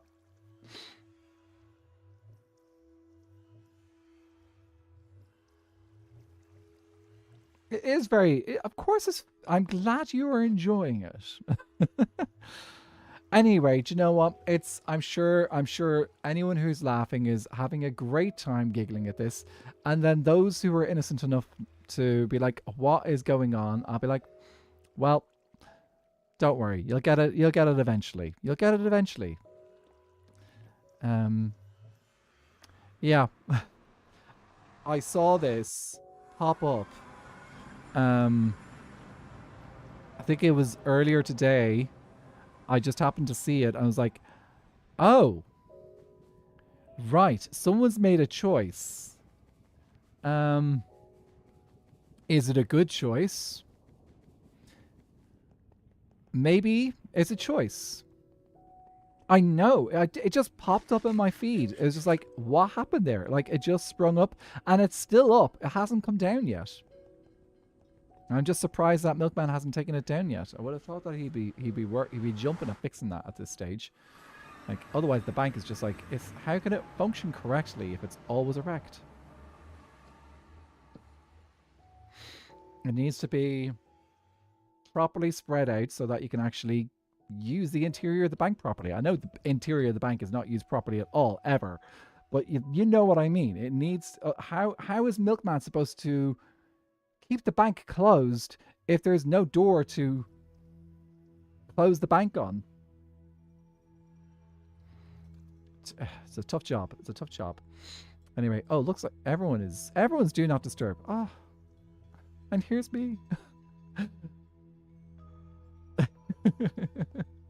Well, feel free to highlight any of those moments, and if you would like to share it. Perfectly innocent clips as well, guys, aren't they? Shoot. Oh, that was close. That was close.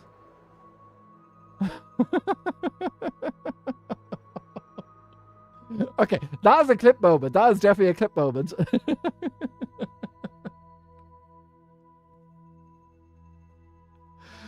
But I got my wings back on, at least. Oh, jeez. I'm sorry. That was not intentional. That was totally unintentional. I was like, oh no. On the plus side, I saved myself. Okay. So at least I was able to do that. But like, oh my word. Anyway, happens to us all, guys. It does happen to us all.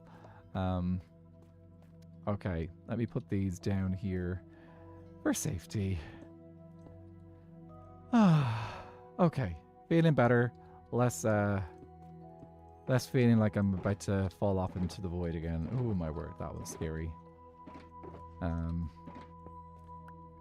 Look away for 2 seconds and you're trying to beat the void. I know. Praise. Here, do you know what? Void, you don't need me. You can have a waxed oxidized copper block. There you go. That'll keep you happy. Yes? You don't need me. You've got that. I don't know, it was something. Blaming Scotland Owen for being evil. Is that what he did? He was blaming Scotland Owen for being evil? Yeah. I do love, it is always fascinating, those stories about which are like, oh yeah, there's evil and there's good. And it's like, what about the in-between? Oh, sorry, I've got the, actually, why don't I have this?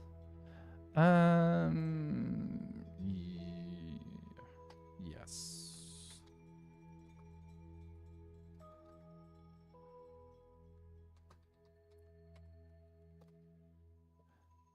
Musy, I think it'll be shareable now. I just did a magical thing. Donate the barrels to the void. No, the Anathra. Oh, actually, that's not a bad idea. Not really using the barrels right now anyway. Okay, I didn't see any mobs popping in. Yay! Oh, look who's... Oh, guys, look what... Musy's got a new, nice new badge.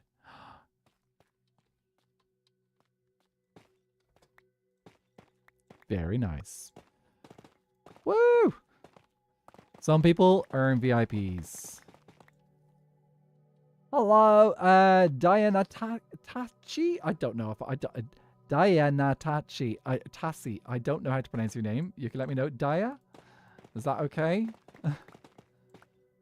Are these spawners exposed or are they covered up is the question.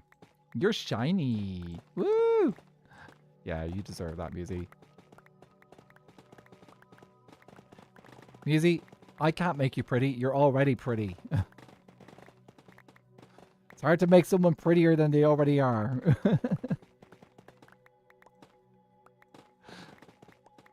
I'm sorry. I only speak truth here sometimes. I'm doing great with my contradictions today, am I? Diana? Okay, that makes it a little bit easier.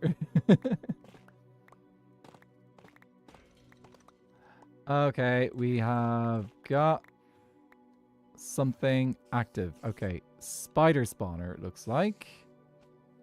Okay, I probably should go. I'm going to go in and I got to go deactivate these dudes, I think.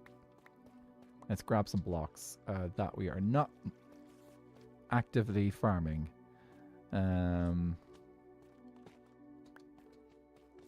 Okay, you go there.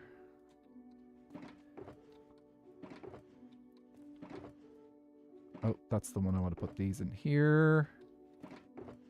Cobblestone? Yes, you'll do. Okay, let's say what we do. Let's go in and defeat all the monsters. And then we can do the thing. Okay, spiders. Where are you guys? Probably gotten lost somewhere.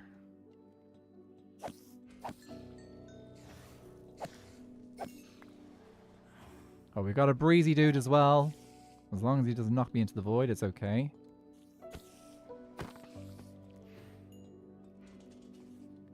Do.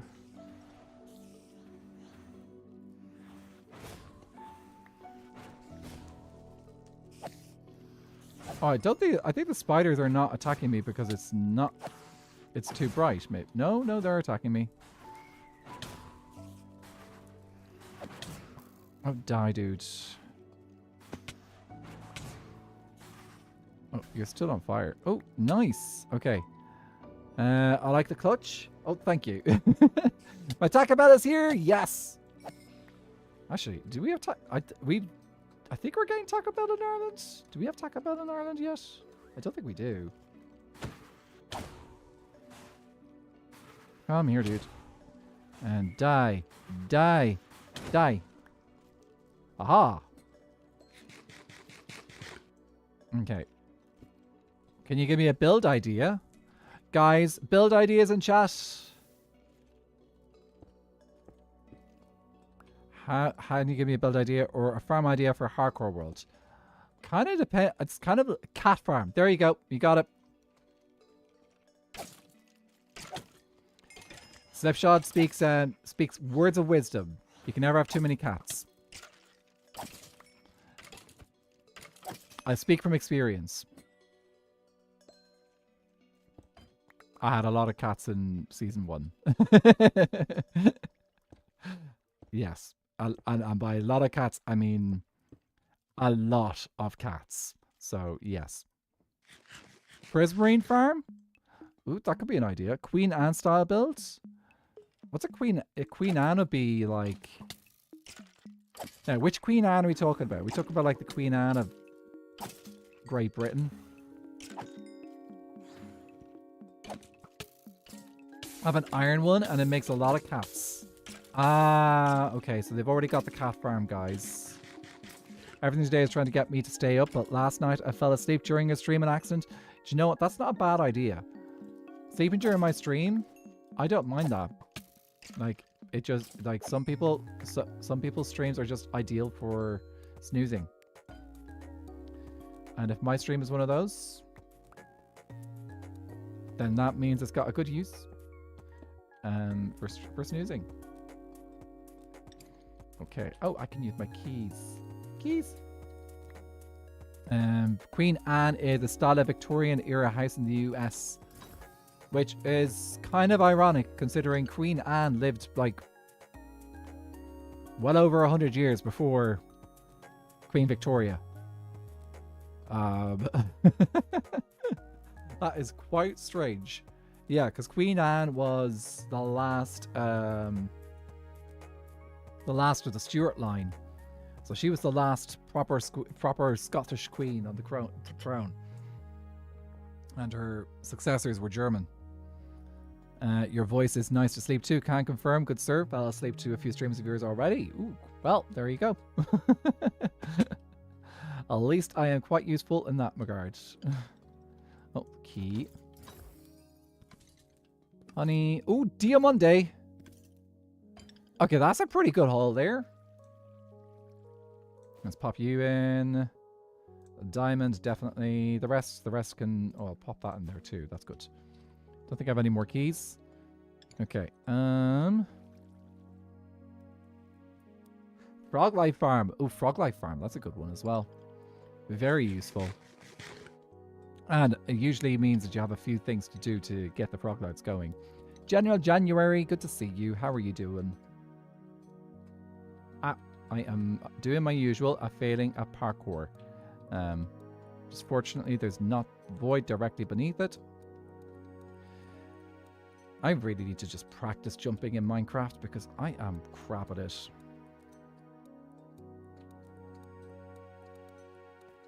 It's 1 block gap. Come on. Get good, dudes. Okay, that's covered. I didn't get to the notification. No. Sorry, Miss Mori.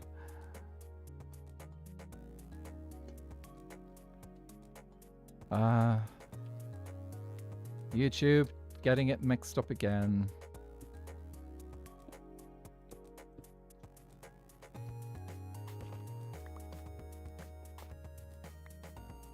Okay. Let us sleep. You were cooking the... Oh, what were you cooking, though?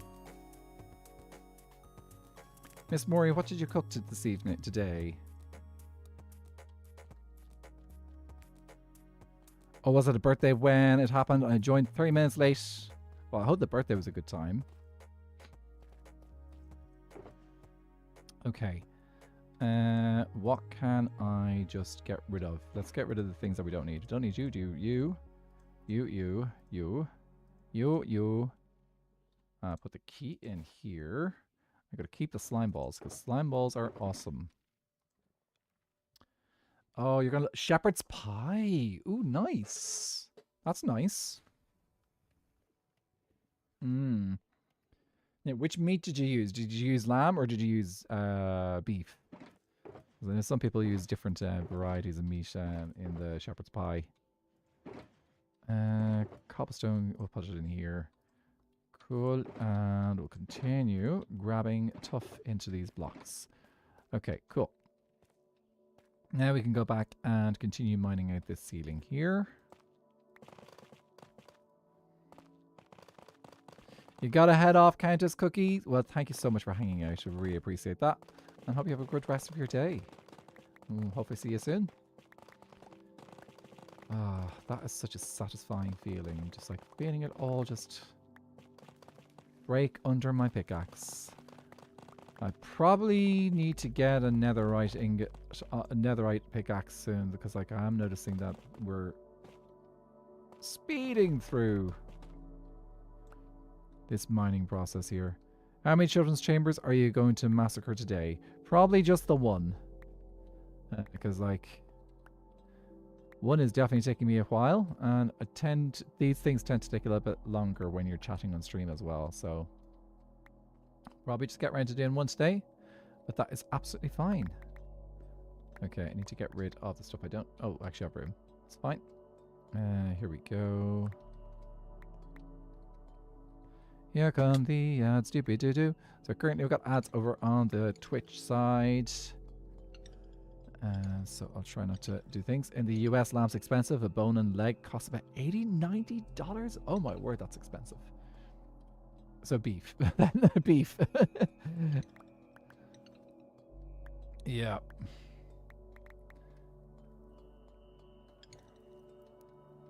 That does make sense.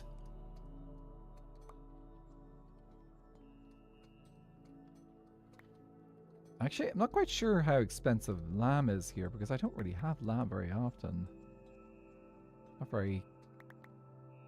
I know it is a meat that is sold here. You can get reasonably well, but like I just don't really think that. Actually, I think it's not that dissimilar in price. So yeah, it is quite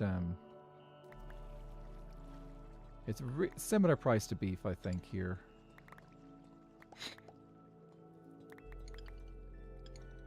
Lamb would be a huge thing around Easter time, actually. Like traditionally, you have lamb on Easter Sunday.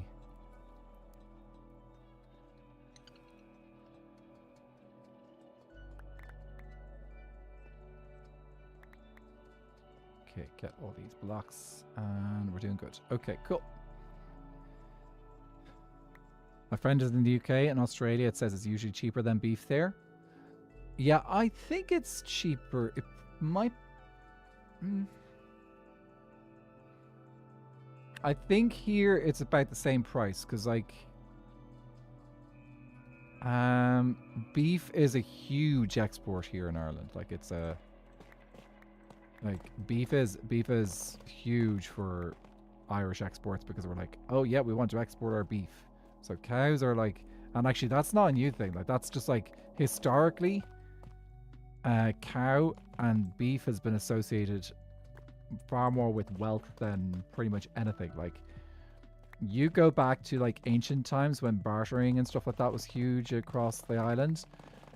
It was the people who owned the cows that were the aristocracy, like the ones that owned you measured your wealth by how many cows you had, and that was like the measure of wealth in those days. How many cows you could you could count to have. So cows are like the biggest thing. But yeah, these days you'd have a bit of a mix because like we have quite a large amount of sheep in this country too. Not as many as like say Wales or New Zealand or Australia. Australia, I believe, has got like huge swathes of sheep across it. It's because cows are adorable and killing them takes a piece of your soul. I have to take your word for it.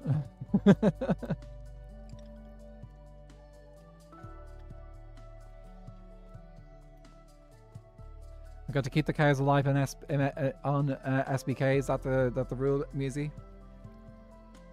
In fairness, I do treat my my mushrooms quite well. She says eating a steak burrito. Well, you didn't kill it, so someone else sacrificed a piece of their soul for it instead of you. So it's fine. And that was their choice.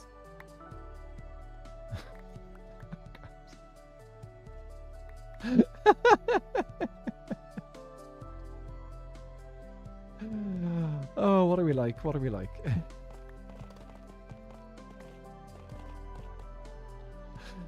If I was an SBK, I'd make an island partner kill all the cows. Yes. Then they can sacrifice their soul for you. We'd all sacrifice our soul for you, Musi. That's just the way. Elaine? Yes. Khan says hi. Say hi back to Khan, and also they're amazing because like I saw the Khan is on a roll at the moment. Like there's a whole bunch of Anathra art coming in at the moment, and Khan is creating a bunch of it. I need to get another video out so I can share the Anathra art that's been shared recently because like it's been so amazing. So thank you everyone who has been creating Anathra fan art. It's just thank you. Really, really appreciate it. I actually know of a sheep farmer near me, so I'm hoping to maybe get contact with them when I have a bit more money and see if I can get some direct from the source. Ooh, that'd be fresh as well.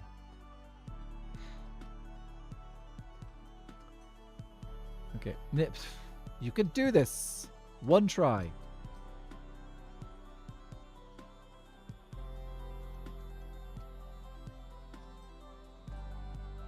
There you go. You can do it. You can jump. Yes.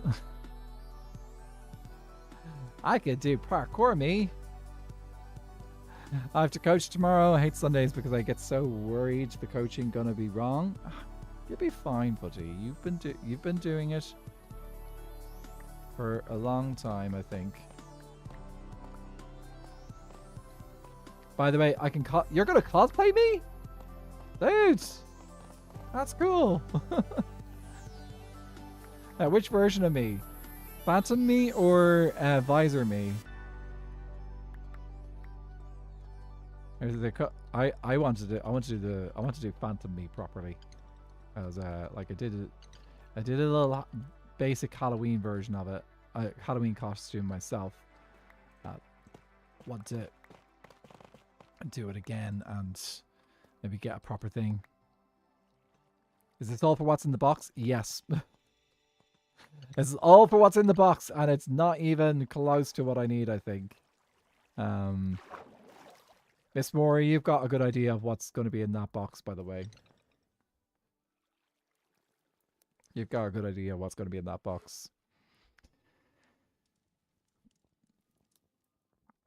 I wish Lee Bradbury could turn up and help. Trust yourself, Fuzzy. You know what you're doing.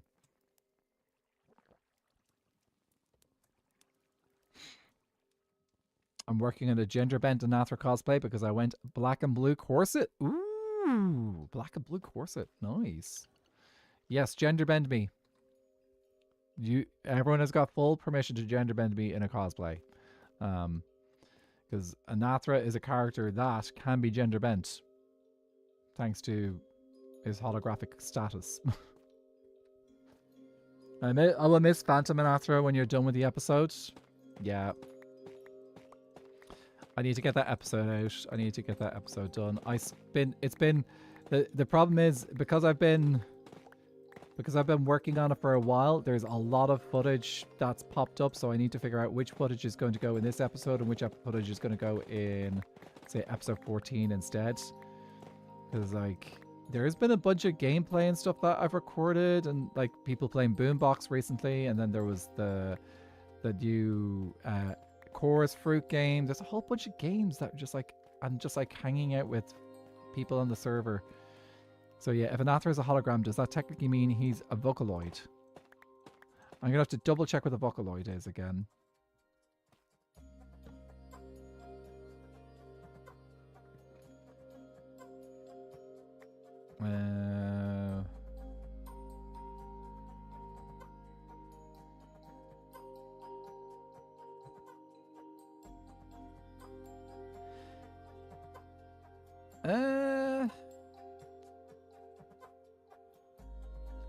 Checking out the definition. I'm not quite sure if it quite fits the definition. Maybe.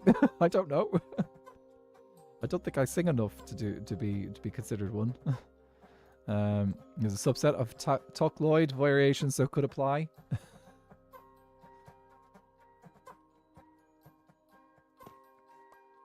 Well, I suppose the question is the Doctor from Voyager a Vocaloid or not? That's probably the best description, the best thing.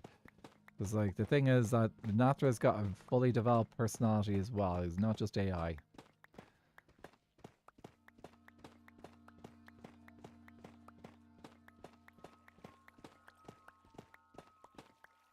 Oh, am I out of range of the beacon? Oh, I must be.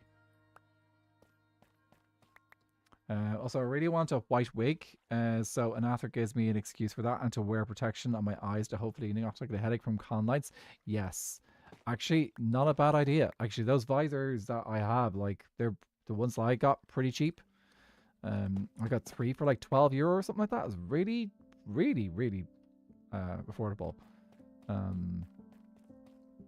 So very happy with the price there.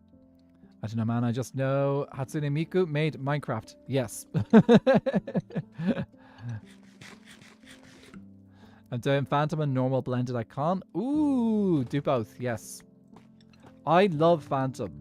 I absolutely love the Phantom, dude. Mox in so many ways has been instrumental to lore stuff on my channel just by his creations. So like the poetry that he's written and then some of the art that he's done is just like, dude. Actually, another one that got me was my happy birthday art from Quinny. So Quinny did a bit of happy birthday art, and one of the things that she did was she made another mushroom in the art, and I was like, okay, I kind of want to see if I can make something similar to that. So that's how the cyan mushroom back there, the warped mushroom, came into being, was like that idea. Quinny art is amazing.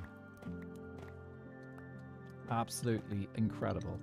And feel absolute privilege when she provides like fan art. Because like she also does commissions as well. So it's like so cool when you get that stuff from people who are commissioned for art and also happy to provide occasional fan art as well. It's just like that is an absolute privilege to be able to get that. How are we doing for time? We're doing good for time wise. We won't get this all taken down today, but we'll get a good idea of just how much we can mine in a day and how much of this we actually can use and stuff. Don't think I actually can use any of those blocks. What's this one called?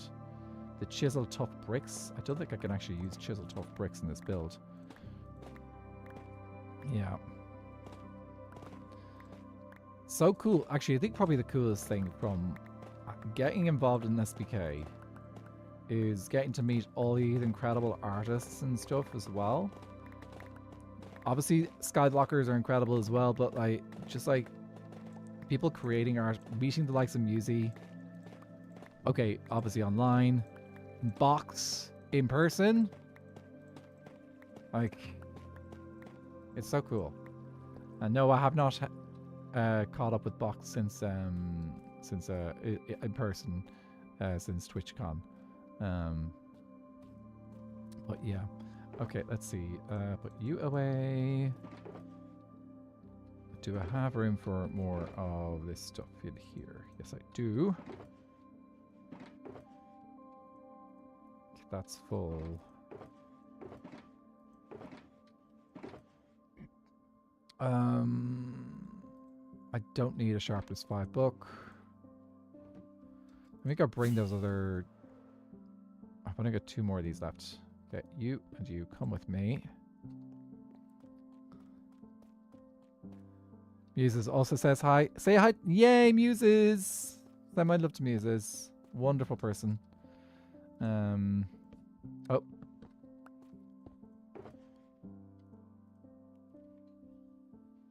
Getting fan art from SBK folks for Bounty Hunters SMP was super helpful when trying to help build independent senses of identity in our system, which is really nice. Oh, that's cool. Does like that help like with like a visualization side of things as well? And I assume. I see the thing is I do not know a huge amount about. It is DID. That's what they call it now. It is still called DID. Or am I getting mixed up with the one? Is I've watched. So 2 things I've done. I got a little bit of an idea of what it is from the song from the show called United States of Tara. 2 different disorders. We have DID. Ah, okay. So OSDD is another one. So I heard about. I learned a bit about it through United States of Tara. I don't know how accurate the portrayal is. Crocs, how are you doing? Good to see you. But also, I've learned quite a bit just from the Skyblock Kingdoms community, because the fascinating thing is that the Skyblock Kingdoms community has a lot of plurality in it. Nothing to do with all the characters in SBK that can be boxed into a plural style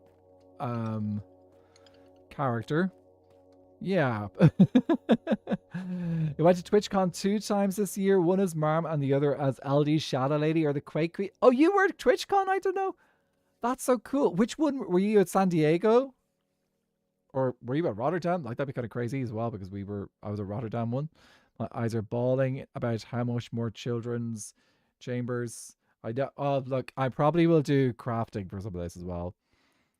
And I'm sure there's no reason. So many of them flock to Fool or Mig. Absolutely. Absolutely. Nothing about Mig and Fool is attracting them at all.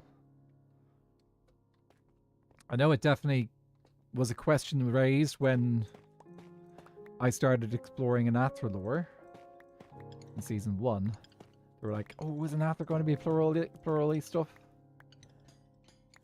And not exactly. Anathra is not exactly plural. He's just incredibly malleable.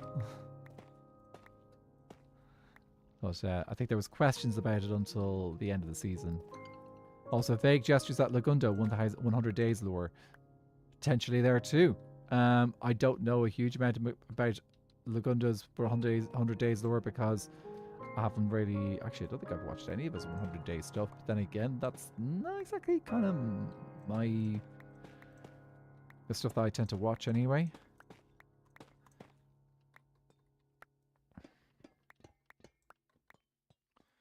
These are like little pillars here. I find it funny that we are surrounded, all these friends, with plural coded lore, and then our lore is just... and then we push Viking off a bridge. Viking's got some plurality stuff involved in his lore as well a little bit, though, I think. himself and Ruby. Ruby has got a lot of it too, potentially. To be fair, most of lore is in ARG form, not in the videos, but it's fun.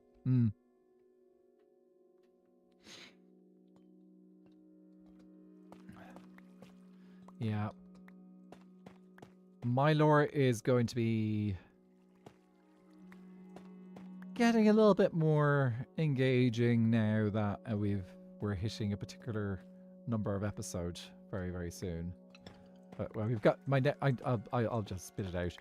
Episode 13. There'll be lore stuff. That there'll be lore. that is just the way it is. And it will be stuff that it will lead to having to do things. For those who are familiar with certain stories, they'll be like, okay, I can see where this is going. So, but there's only one person I will blame, and that's, actually there's two people I'll blame. I'll blame myself, and I'll also blame, my usual inspiration for lore, which is, Moxie Junk.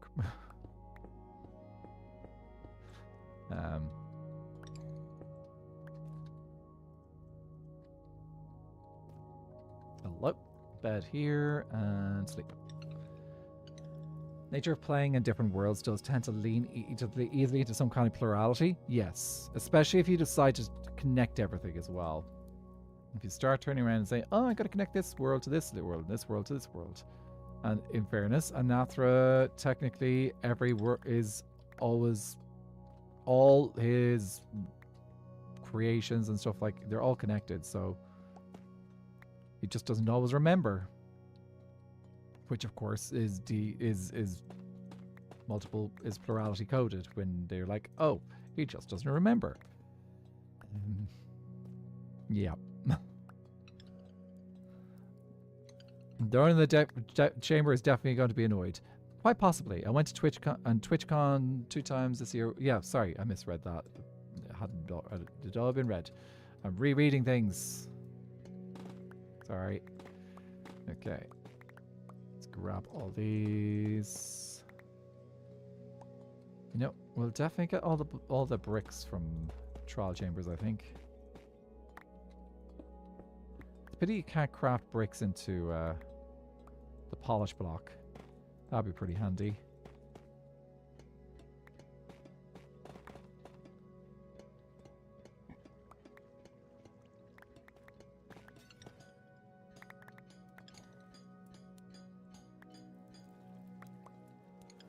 I was also talking with Viking recently about how Everwake is basically just playing a Minecraft world as a system. Someone else takes over my world when I'm asleep. Oh, boo-hoo. Let girls take over mine individually.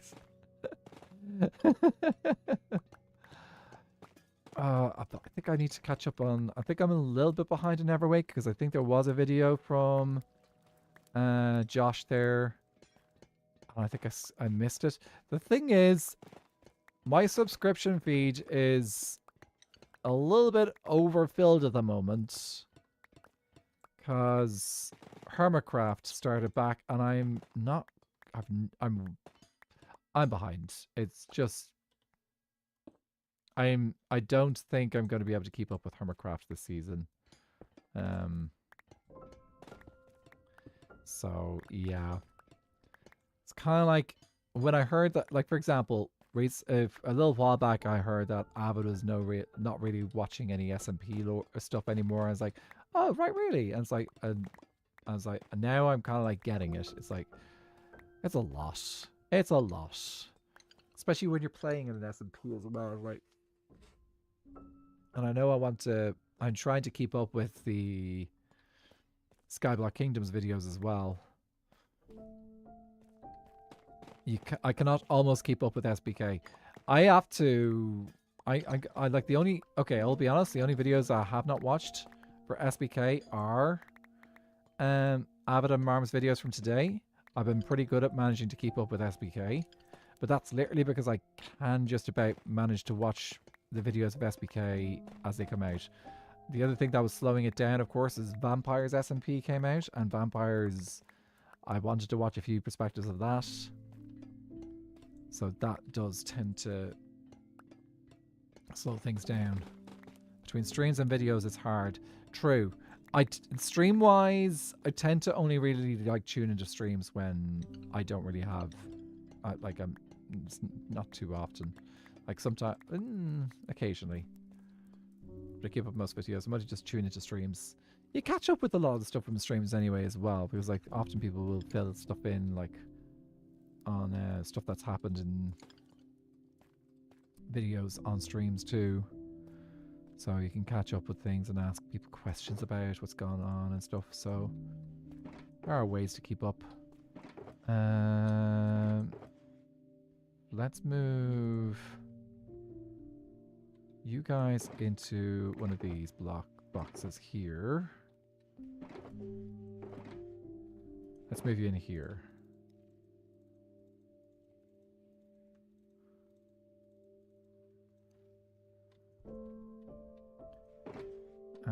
Make this all smooth.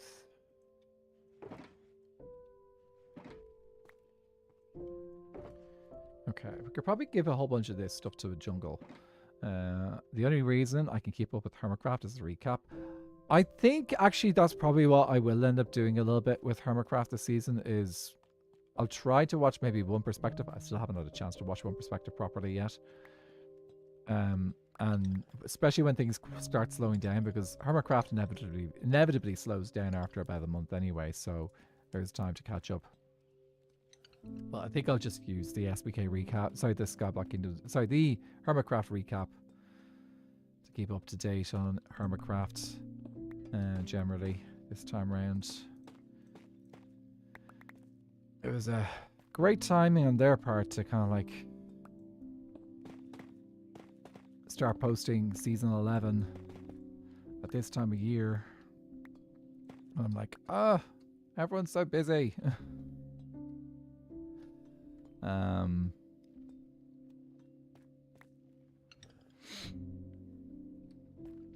Yeah.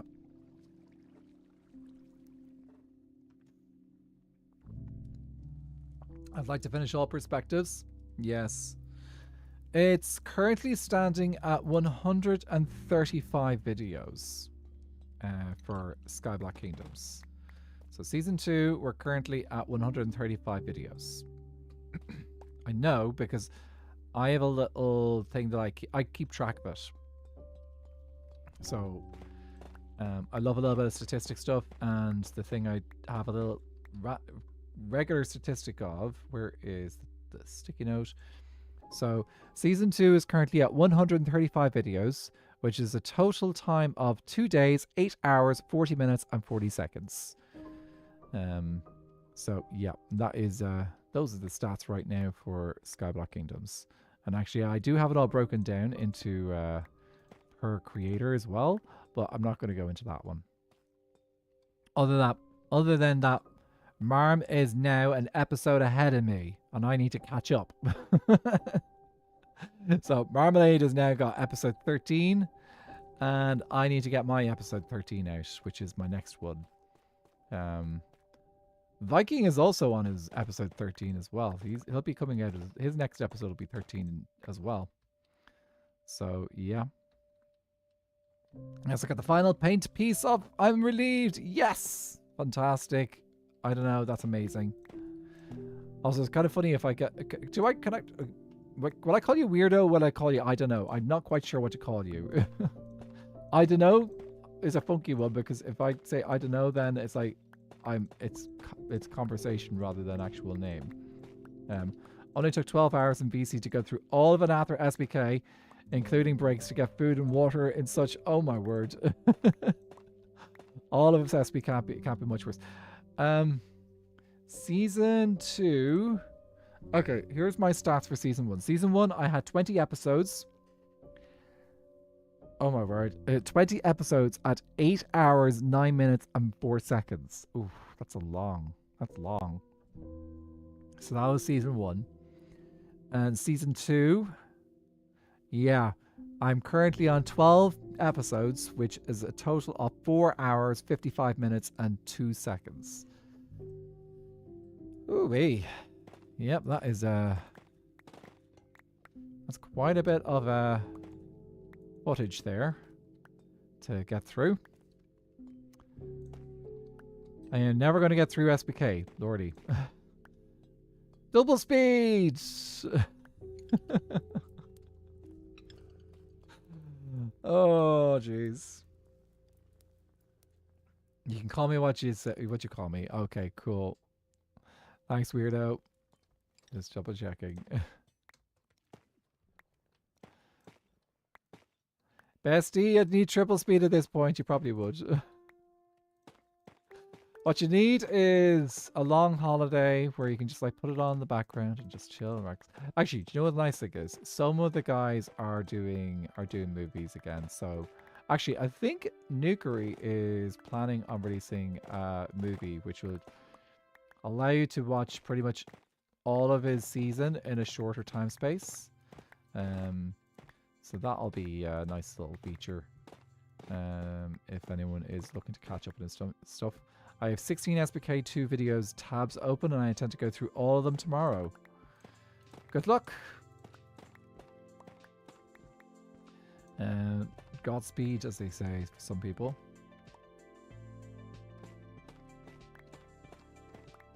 It's just out of beacon range. Oh, doesn't that look so pretty in the background? I love the look of the nature reserve in the background. It's so cool.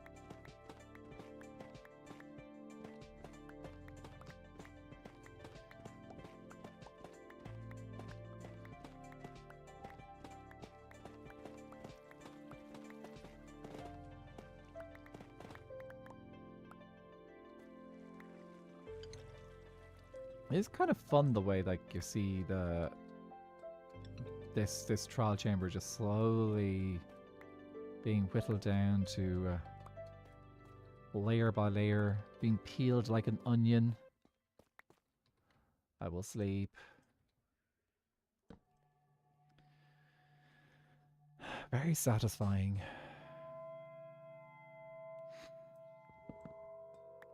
I do hope someone doesn't come over here and be like, what happened to my trial chamber? I'll be fine. There's plenty of trial chambers to come play with, so it's... No! Come on. Oh, I should give a little update though, guys. So, next week, it's show week. So, next week is show week. So I will not be streaming for a few days. I will be streaming on Monday because we're doing our tech and dress rehearsal and stuff tomorrow. That is something I do not need to read right now. But yeah, there's a big they will be having our big rehearsal tomorrow. But on Monday we're going to take the day off rehearsing and just get ready, be ready for the show and have a nice chill evening before the show. So I will be streaming on Monday, which is awesome. But on Wednesday and Friday and Saturday next week, I'll be in show. So we will not have a stream on Wednesday for a few days. So just in case you're kind of like, where's the stream gone? It's like, nope, I'll be kind of busy those couple of days. I'll be slightly later on Monday. That is absolutely fine. I'll be normal time Monday as far as I can tell. So Monday will be normal. But yeah, no stream for those other days. I'll put a little note in Discord reminding everyone. Do not worry, I will put the thing down. But do the things that people know. And actually, speaking of which, if anyone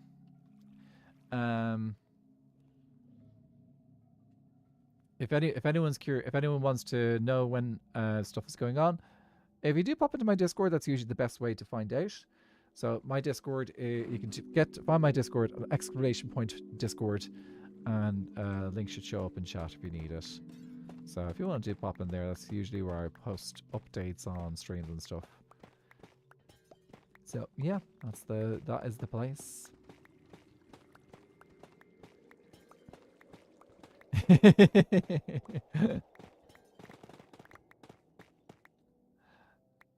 Yep, thank you guys. Did it do it both times though?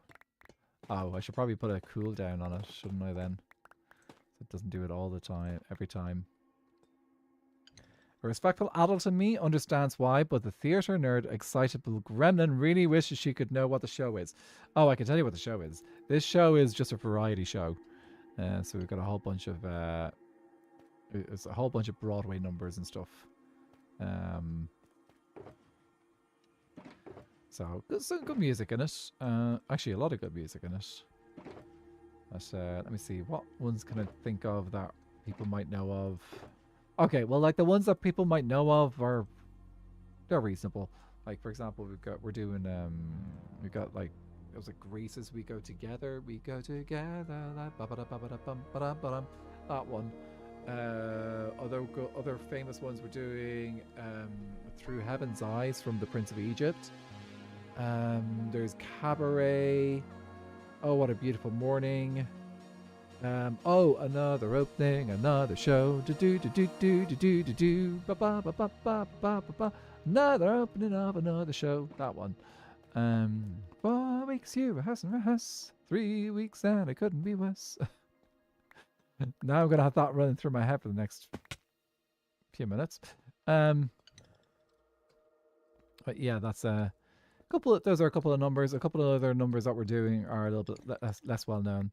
But yeah, that's what you get in a variety show. It's a whole bunch of different songs that the guy who put the show together is like, I want to sing this song. I want this song to be sung, and it should be good fun. Also saving up all my points for VIP, and now I just have a bunch of points. This is the best day ever. Oh, see, there's some people who just earn VIP by being because like they're like, yes, friends. That's how it happens. So, then there's other people who earn VIP by becoming incredibly just engaged in the channel and then eventually get into the thing.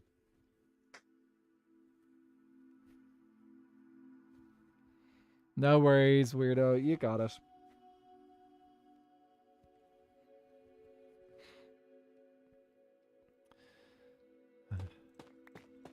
It's a nice little chill little Discord where, yeah. Oh, my nose is going again.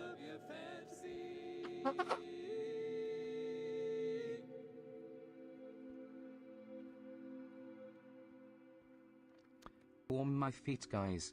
They're frozen. Everybody, can everyone warm Pushy's feet? They're cold.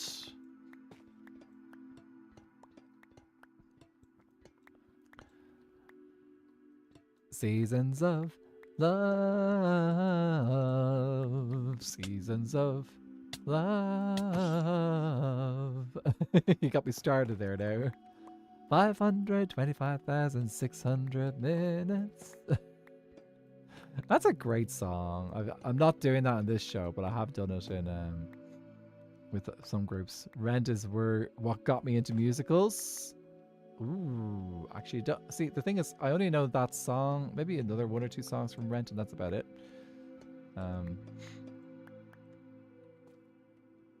The voice sounded like he was shivering. Was the sound okay? The sound wasn't rubbish when I did that, did it? Because like I just sometimes sounds microphones can do things funky, especially if they got a funky filter on or something.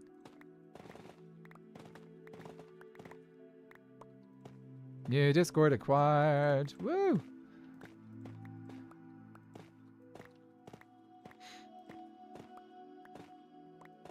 Oh, good.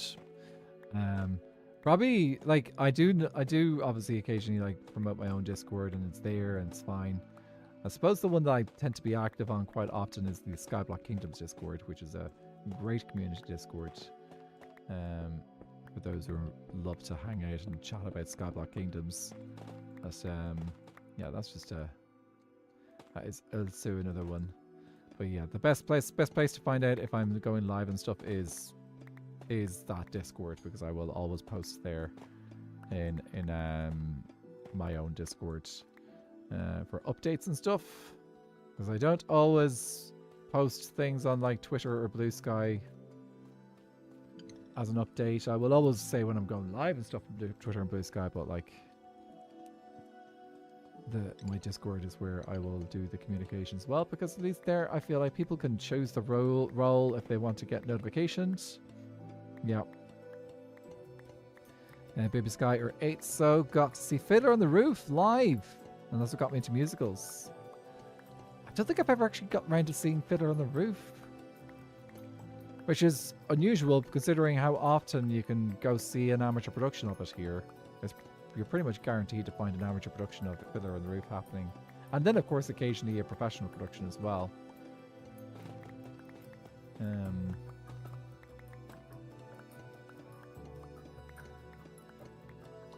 Do you binge watch channels? Do I binge watch channels? As in anything, what you mean? Because my brain is thinking of different ways of binge watching stuff and what it means by channels. Like YouTube channels or something? Honestly, I barely have time to do that at the moment. I don't know if anyone else does.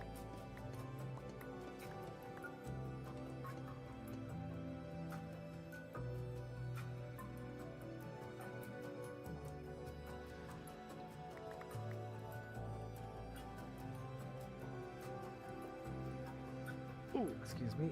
Itchy eye. Hasn't all the content over a few hours? Of a YouTube channel. Ow. Come on. That's annoying. Not really.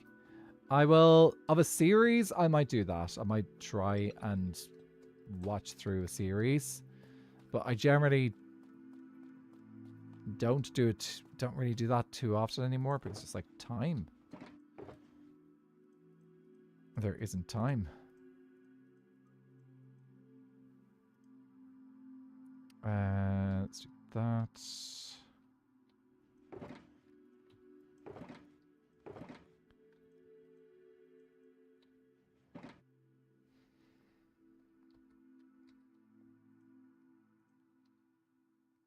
Zach made an emote of us as a crab and gave it to us as Zach. Musithy crab, that's so cute. I love it. Yeah, if I start a TV series, I usually have to finish within a day or a few. It depends on what the TV series is. I have done TV series, stuff like that. I have done binging of TV series sometimes. Let's see what like, for example, like when a Netflix show comes out, and if it's got like the full show or like half a show, I will probably get through it fairly quickly. Like for example, Sandman, I did get through that show pretty quickly. Yeah, I think that block is safe.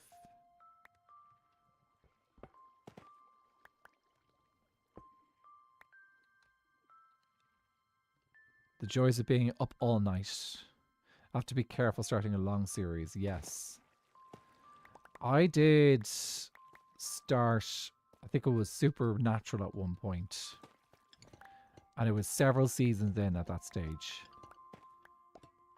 So I did end up getting caught up in Supernatural at one point. But then eventually got to like, I think like season 7. I was like, you know, I took a step back. I was like, no, can't go any further.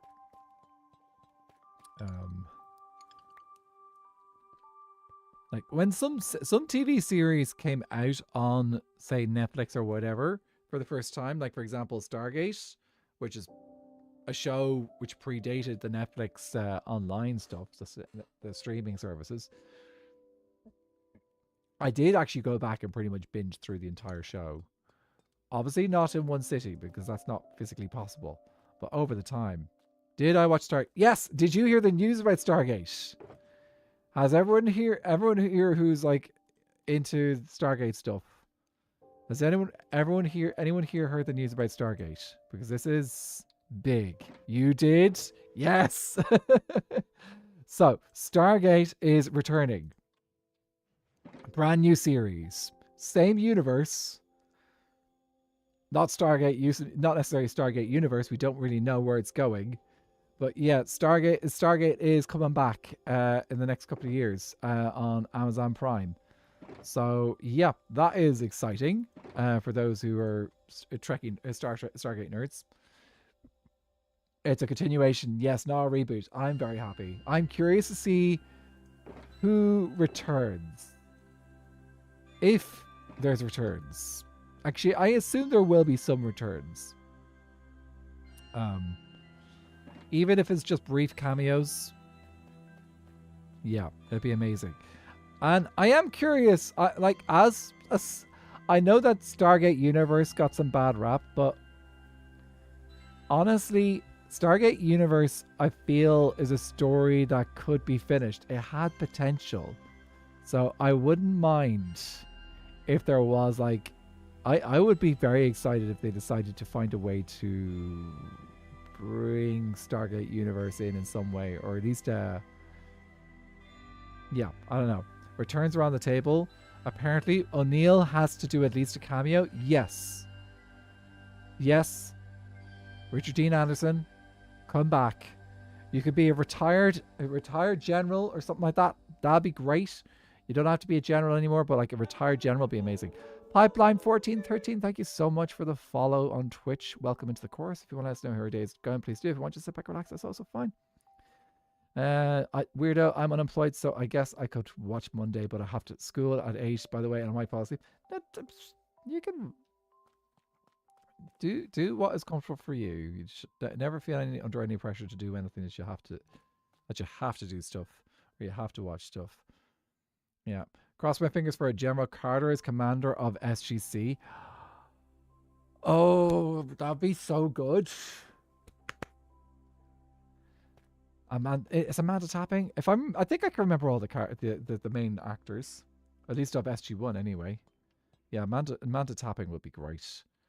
Or even if she doesn't come in as the commander, like as the general of the thing, she could totally be like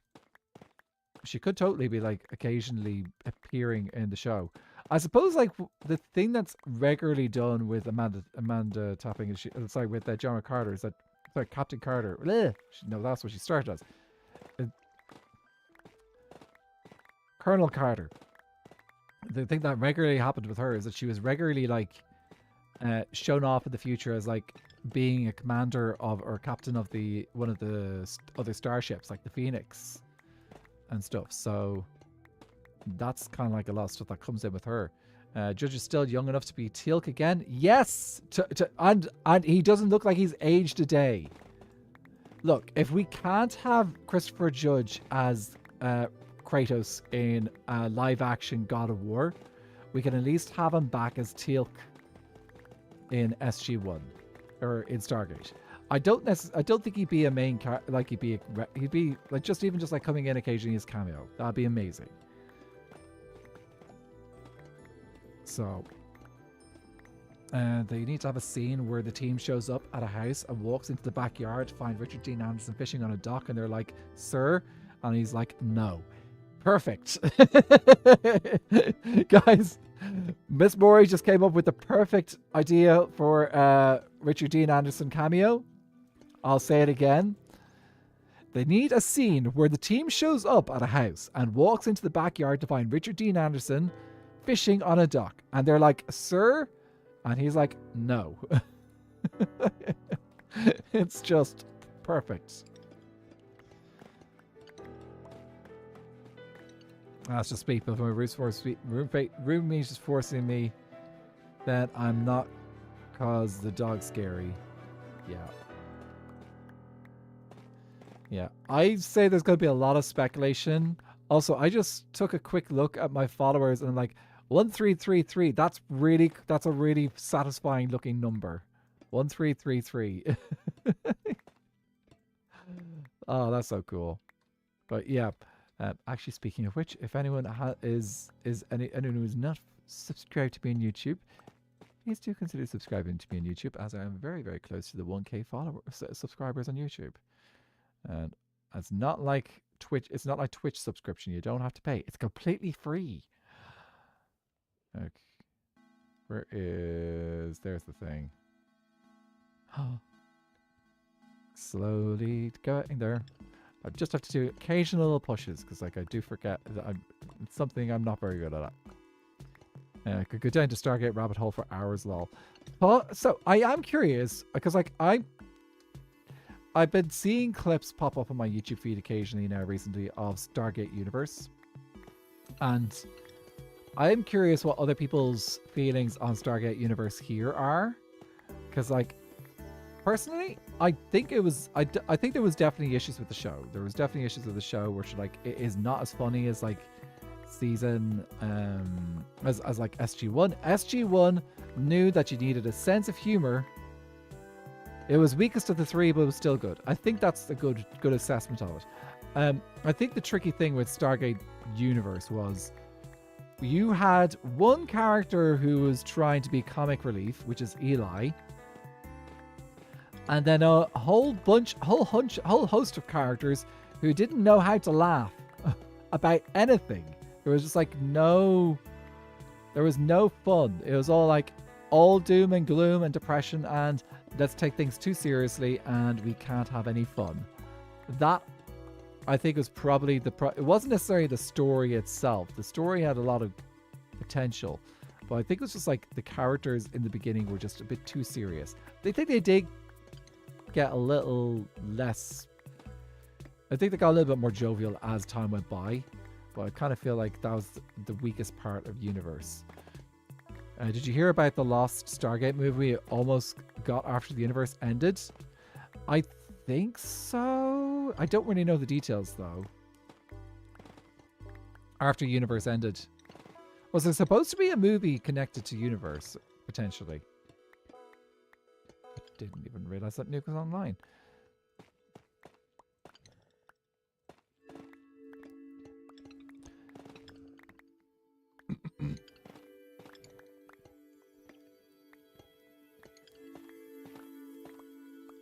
But yeah, Stargate, I beloved.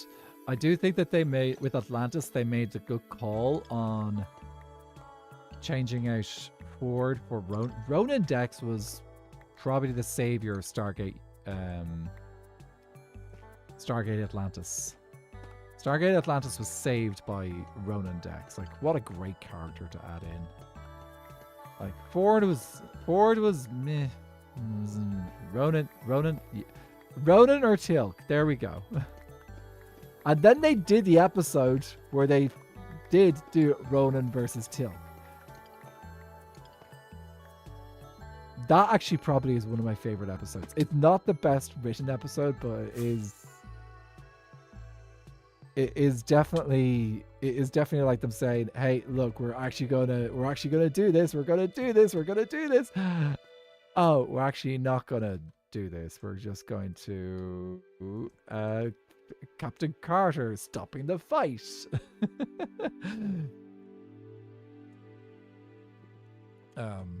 Yeah. Midway episode was one of the best of the series. It was it was a really good episode. Because like it properly explored. You got the protagonists of both, because I'm pretty sure there was Gaeilge in there as well, if I remember correctly. I think there was some Gaeilge in that episode, and then you also had the Wraith. It was like, oh, which is worse, the Wraith or the Gould? And then you had Dex versus Ronan, Ronan versus Teal'c. Who's gonna do it better? It's like it was like a full-on SG1 versus... That episode was SG1 versus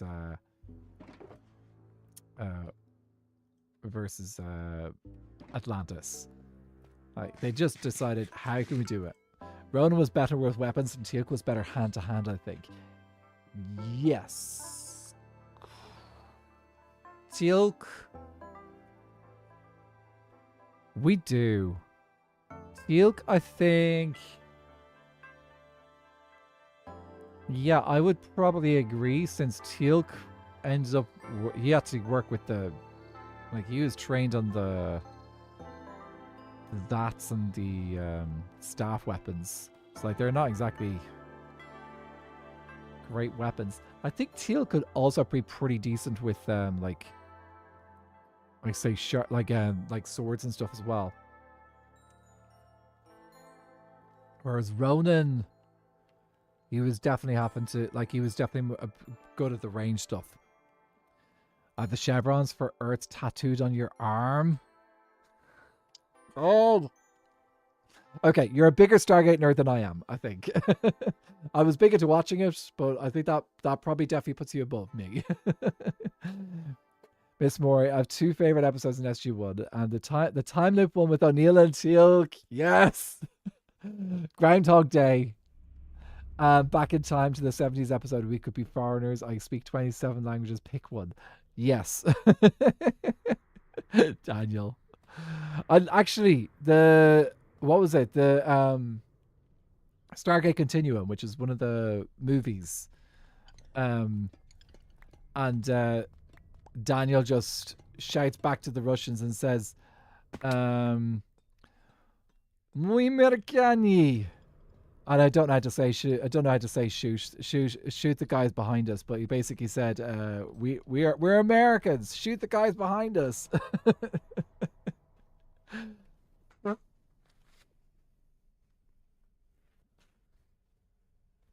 Daniel, don't touch it. And do we include like the original Stargate movie that started it all? Like, think of the original, like that original movie, which is where the actually turns out that the Stargate was sending you to a planet in a different galaxy. Like that was, I'm pretty sure that's where the premise of the original movie was. Like, oh, this isn't just like being sent to. Abydos was it was much further away in the movie than it was in the show. Where in the show, Abydos was like one of the closest gates in the network to Earth.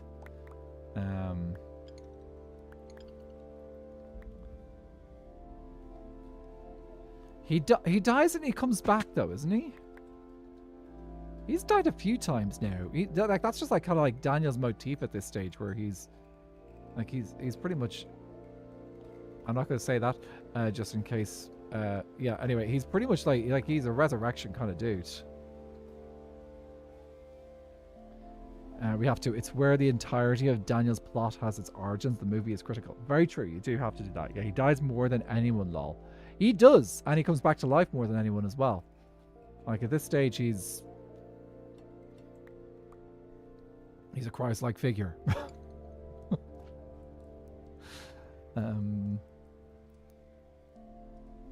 I did find the one where he overuses the episode where he overused the sarcophagus. That was an interesting exploration because like it explored Daniel losing his humanity. Hey, Curiosity! Even fell asleep, thought I'd say hi, not feeling the best. Oh, you mind yourself, Curiosity. That's perfectly fine to be lurking. We appreciate everyone who's a lurker. Well, also, yeah, you mind yourself. Like, if you're not feeling well, like, hope you feel better soon. Because that sucks. It does explain why the Gaeilge are so bad. That was like, I think that was like the whole point, was to kind of like explain how the Gaeilge are as nasty as they are. Like basically saying, well, you are artificially extending your life with technology that is unhealthy and slowly tearing parts of your soul off you. Yeah. The Gaeilge and Tok'ra. The Tok'ra, I found an interesting it was an interesting addition, like deciding to explore Gaeilge, who are happy to share their hosts, like allow their hosts to have like basically have a form of like shared identity, like have two people who are in charge of the body. Like the hosts have got a say in things as well. That would be... There's an interesting question, guys. Would you,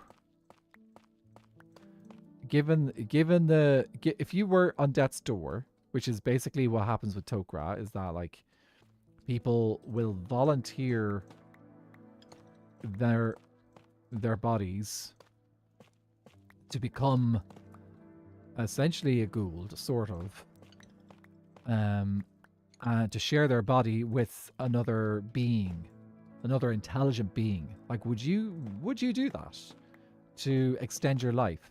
And not just extend your life, but extend your life by quite significantly, especially since you're most likely going to be... they generally offer to people who are terminally ill and have got no chance of recovery. Like, would you do that? Like parasitic, less parasitic and more symbiotic. Yes, I think it would be cool. Plus, you get the genetic memory of the Gaeilge as well. It is an interesting one. I don't know. Like, it'd be... Because, like, you are... There's always kind of like that little question of, like, just how much... Yes, there is the kind of like... Okay, yeah, you have your... You're supposed to have your more freedom than, say, the Gaeilge give you. But there's always kind of like that little question, like, okay, are they just, like... Is there a bit of, like, more, like, expression from the Gaeilge that's in control of you, respecting and blending your personality and stuff? Or is... Yeah, I don't know. It's an interesting one. If it was guaranteed shared symbiosis, then yes. Yeah. It's just like, I'm also conscious, like, there was a couple of because there was a few instances, and they showed it in SBK. Sorry, not SBK, just SBK. SG1. Because, like, for example, O'Neill became host to one of the a Tok'ra, but the Tok'ra decided to take full control and not yield any control to O'Neill at all. Depends on symbiote. Like, the one Carter's dad got was great. Yes, actually, I loved her sense of humor. Like, they showed that, like, this is a Tok'ra with a sense of humor, and, like, I've forgotten her name. Well, his name, because their gender is associated with the host. I just immediately thought Selmak. Yes, Selmak was amazing. I was just associating Selmak with female because Selmak was in a female host at the beginning, before she got blended with Carter's dad. But yeah, those two got on. Those two are great. I think they were amazing. That was like a perfect example of, like, okay, this is like what the Tok'ra do.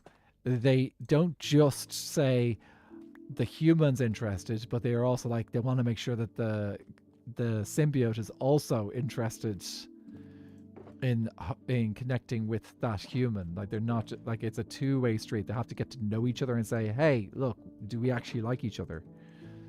Before blending. They were best friends, and what I think the perfect example of that was, like, the way that they died, because, like, it was a case of, like, okay, Selmak sacrificed themselves because they knew that they were going to die, but also Carter's dad was like, this is fine, I've had an extra lease of life, I accepted it, and, like, it was like a kind of like the two of them agreed on it. They're both self-sacrificial, and Jacob and Selmak they were great characters. Love those guys. Okay. Don't we have the F3? It's F3H. There we go. Okay, that's what I wanted. Okay, we got a bit there. Such a great characters. Yeah.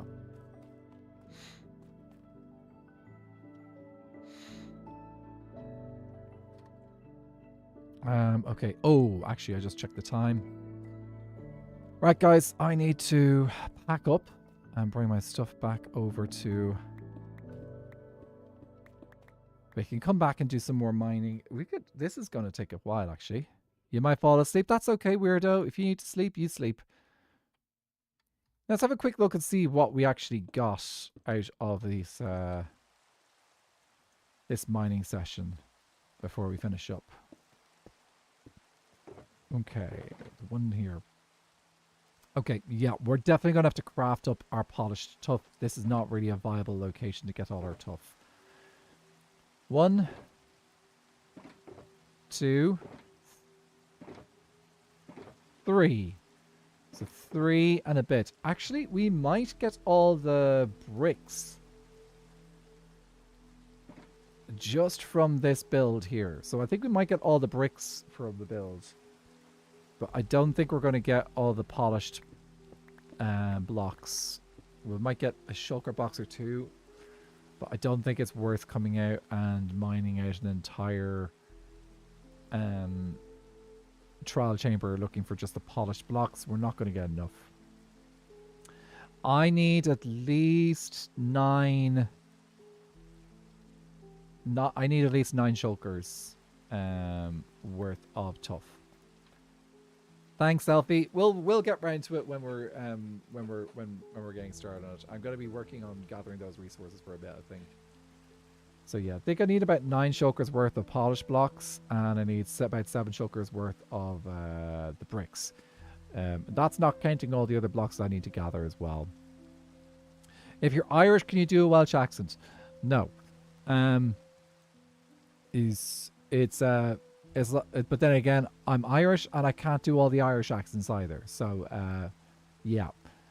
I could probably practice and maybe do a Welsh accent, but yeah. I think if you it's saying it's that same question, Footy, is like saying, if you're English, can you do a Welsh accent? And the answer is probably no, unless you're someone who has practiced the Welsh accent, like say, what you call it, Shield Girl. How do you make regular tuff again? So tuff, the recipe. Okay, so we do have a default recipe in the data pack, which is andesite and iron nuggets. However, Skyblock Kingdoms did have another custom recipe, which is cobbled deep slate and basalt. So we need to reactivate that. Since we updated, we need to get that fixed. I'm also talking with Trog about maybe putting that recipe into the Skyblock Infinite data pack, so that it's there as well. But yeah, we'll see. It's one of my interests would be, oh, whoa, you've been floating high. One of my interests would be to get the parity between the Skyblock Infinite and Skyblock Kingdoms data packs, or at least as close to parity as we can. Let's just go get a little bit of consistency.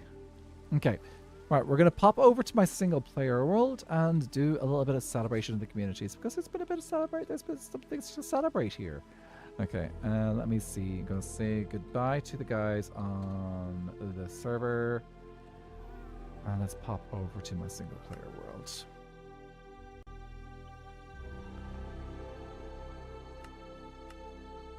Skyblock, let's play. Here we go. Want to do this so that I don't end up. Want to try and remember to do this at the end of every stream, so I'm not constantly having to catch up. Okay, let's see. So, first of all, on the YouTubes. Oh, just a sec. Did I get any other things popping in from YouTube today? Just check my feed.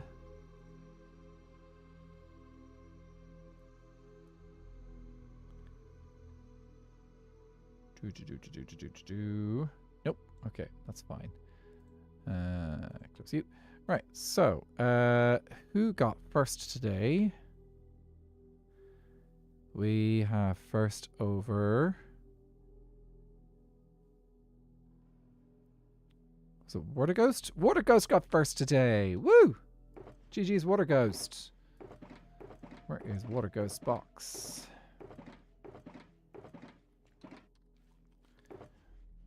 And it's over here.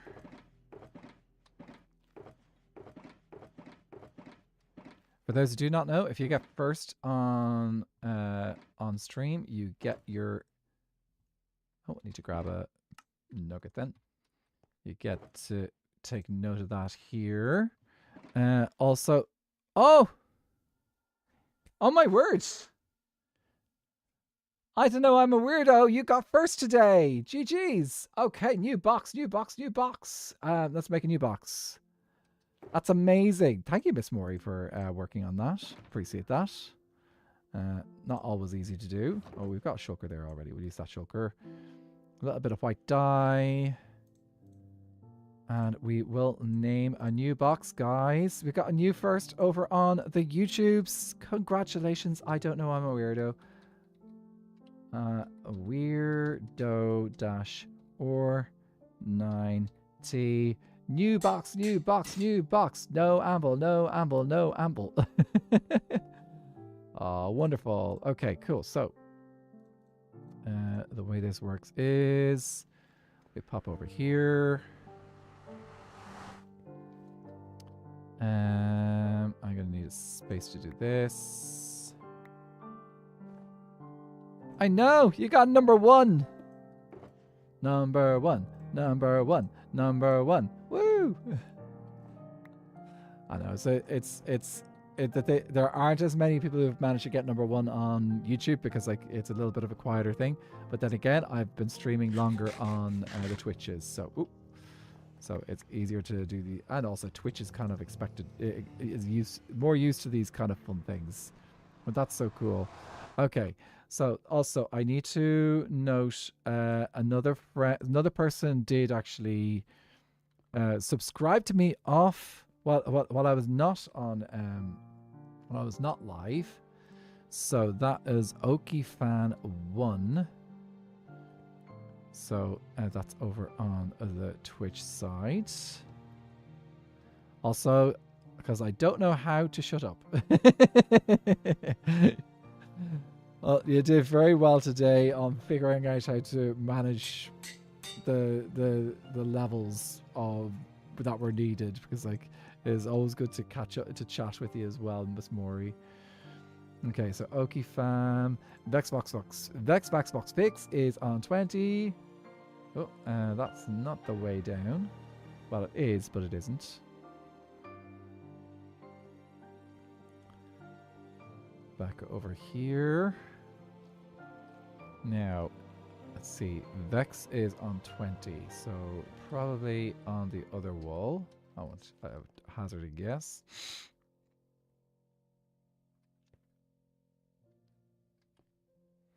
Mm-hmm. 15 upgraded to 20. I need a new anvil.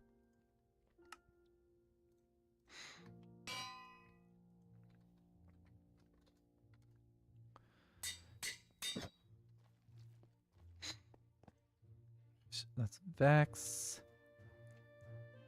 Sky has made it to a 5-stream streak.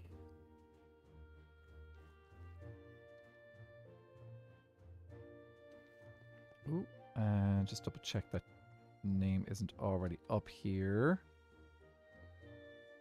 Ooh-wee. Okay, new person on the wall. I'm gonna move Dead over here. I have copper handy.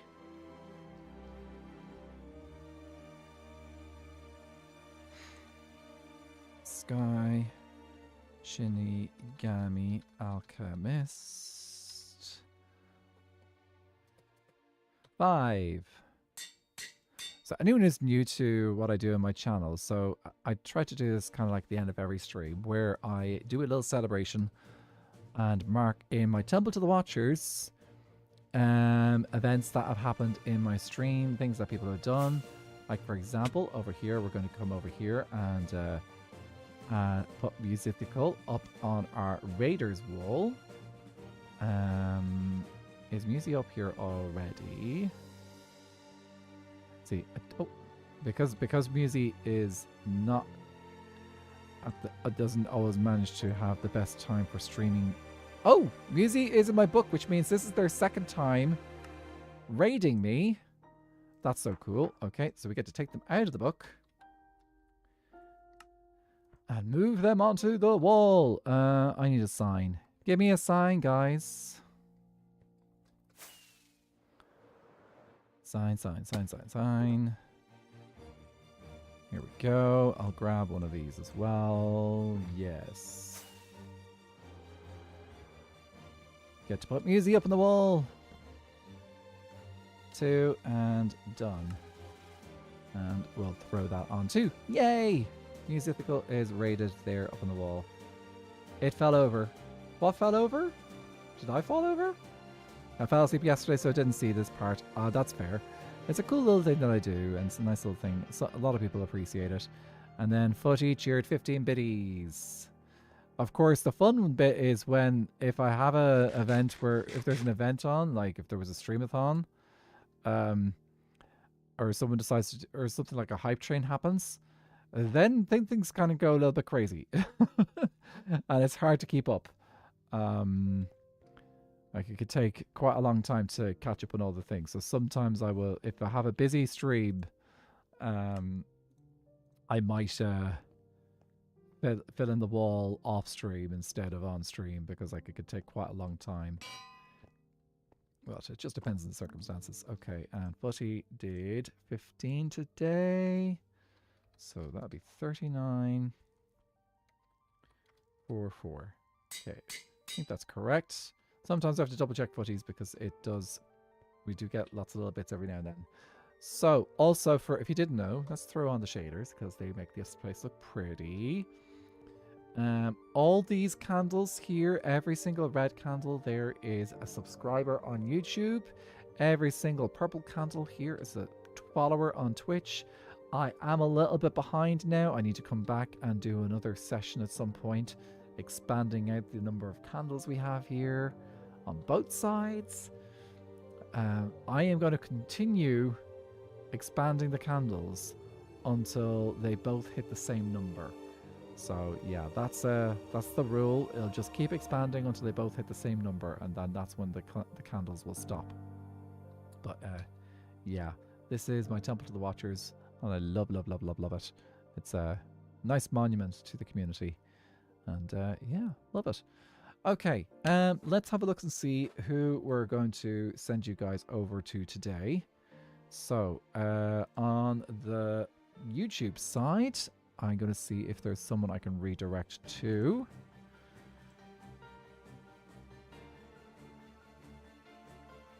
Marmalade is still live. I don't know how much longer Marmalade is going to be streaming, though.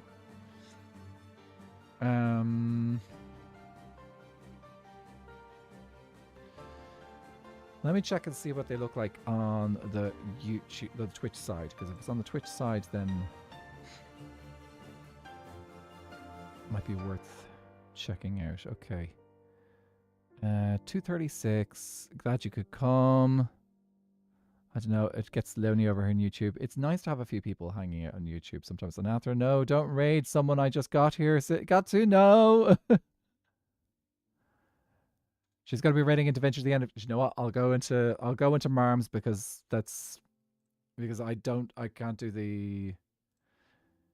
I don't see Vintage's thing. So I'm going to send you guys over to Marmalade. I don't know what the YouTube side is going to be. She'll probably do the same. She'll probably send you into Sky on YouTube. Okay, I'm going to send you over to Marmalade before she raids out and just be cheeky. I don't know if she's just. I haven't had a chance to raid into Marmalade before in a long time. So I have raided into Sky, but I'm going to give a little bit of lurb over to Marmalade and before we finish up. Of course, she's probably going to finish up in a second now anyway, so this is funny. I just want to raid into her before she finishes up so that she can be like, what? No, I'm finishing up. Anyway, guys, YouTube, please make sure you do say hi to Marm when you end up over on her stream. And because you don't always get the notifications on YouTube. But anyway, thank you all so much for hanging out. And I will see you guys on Monday. Slonzies!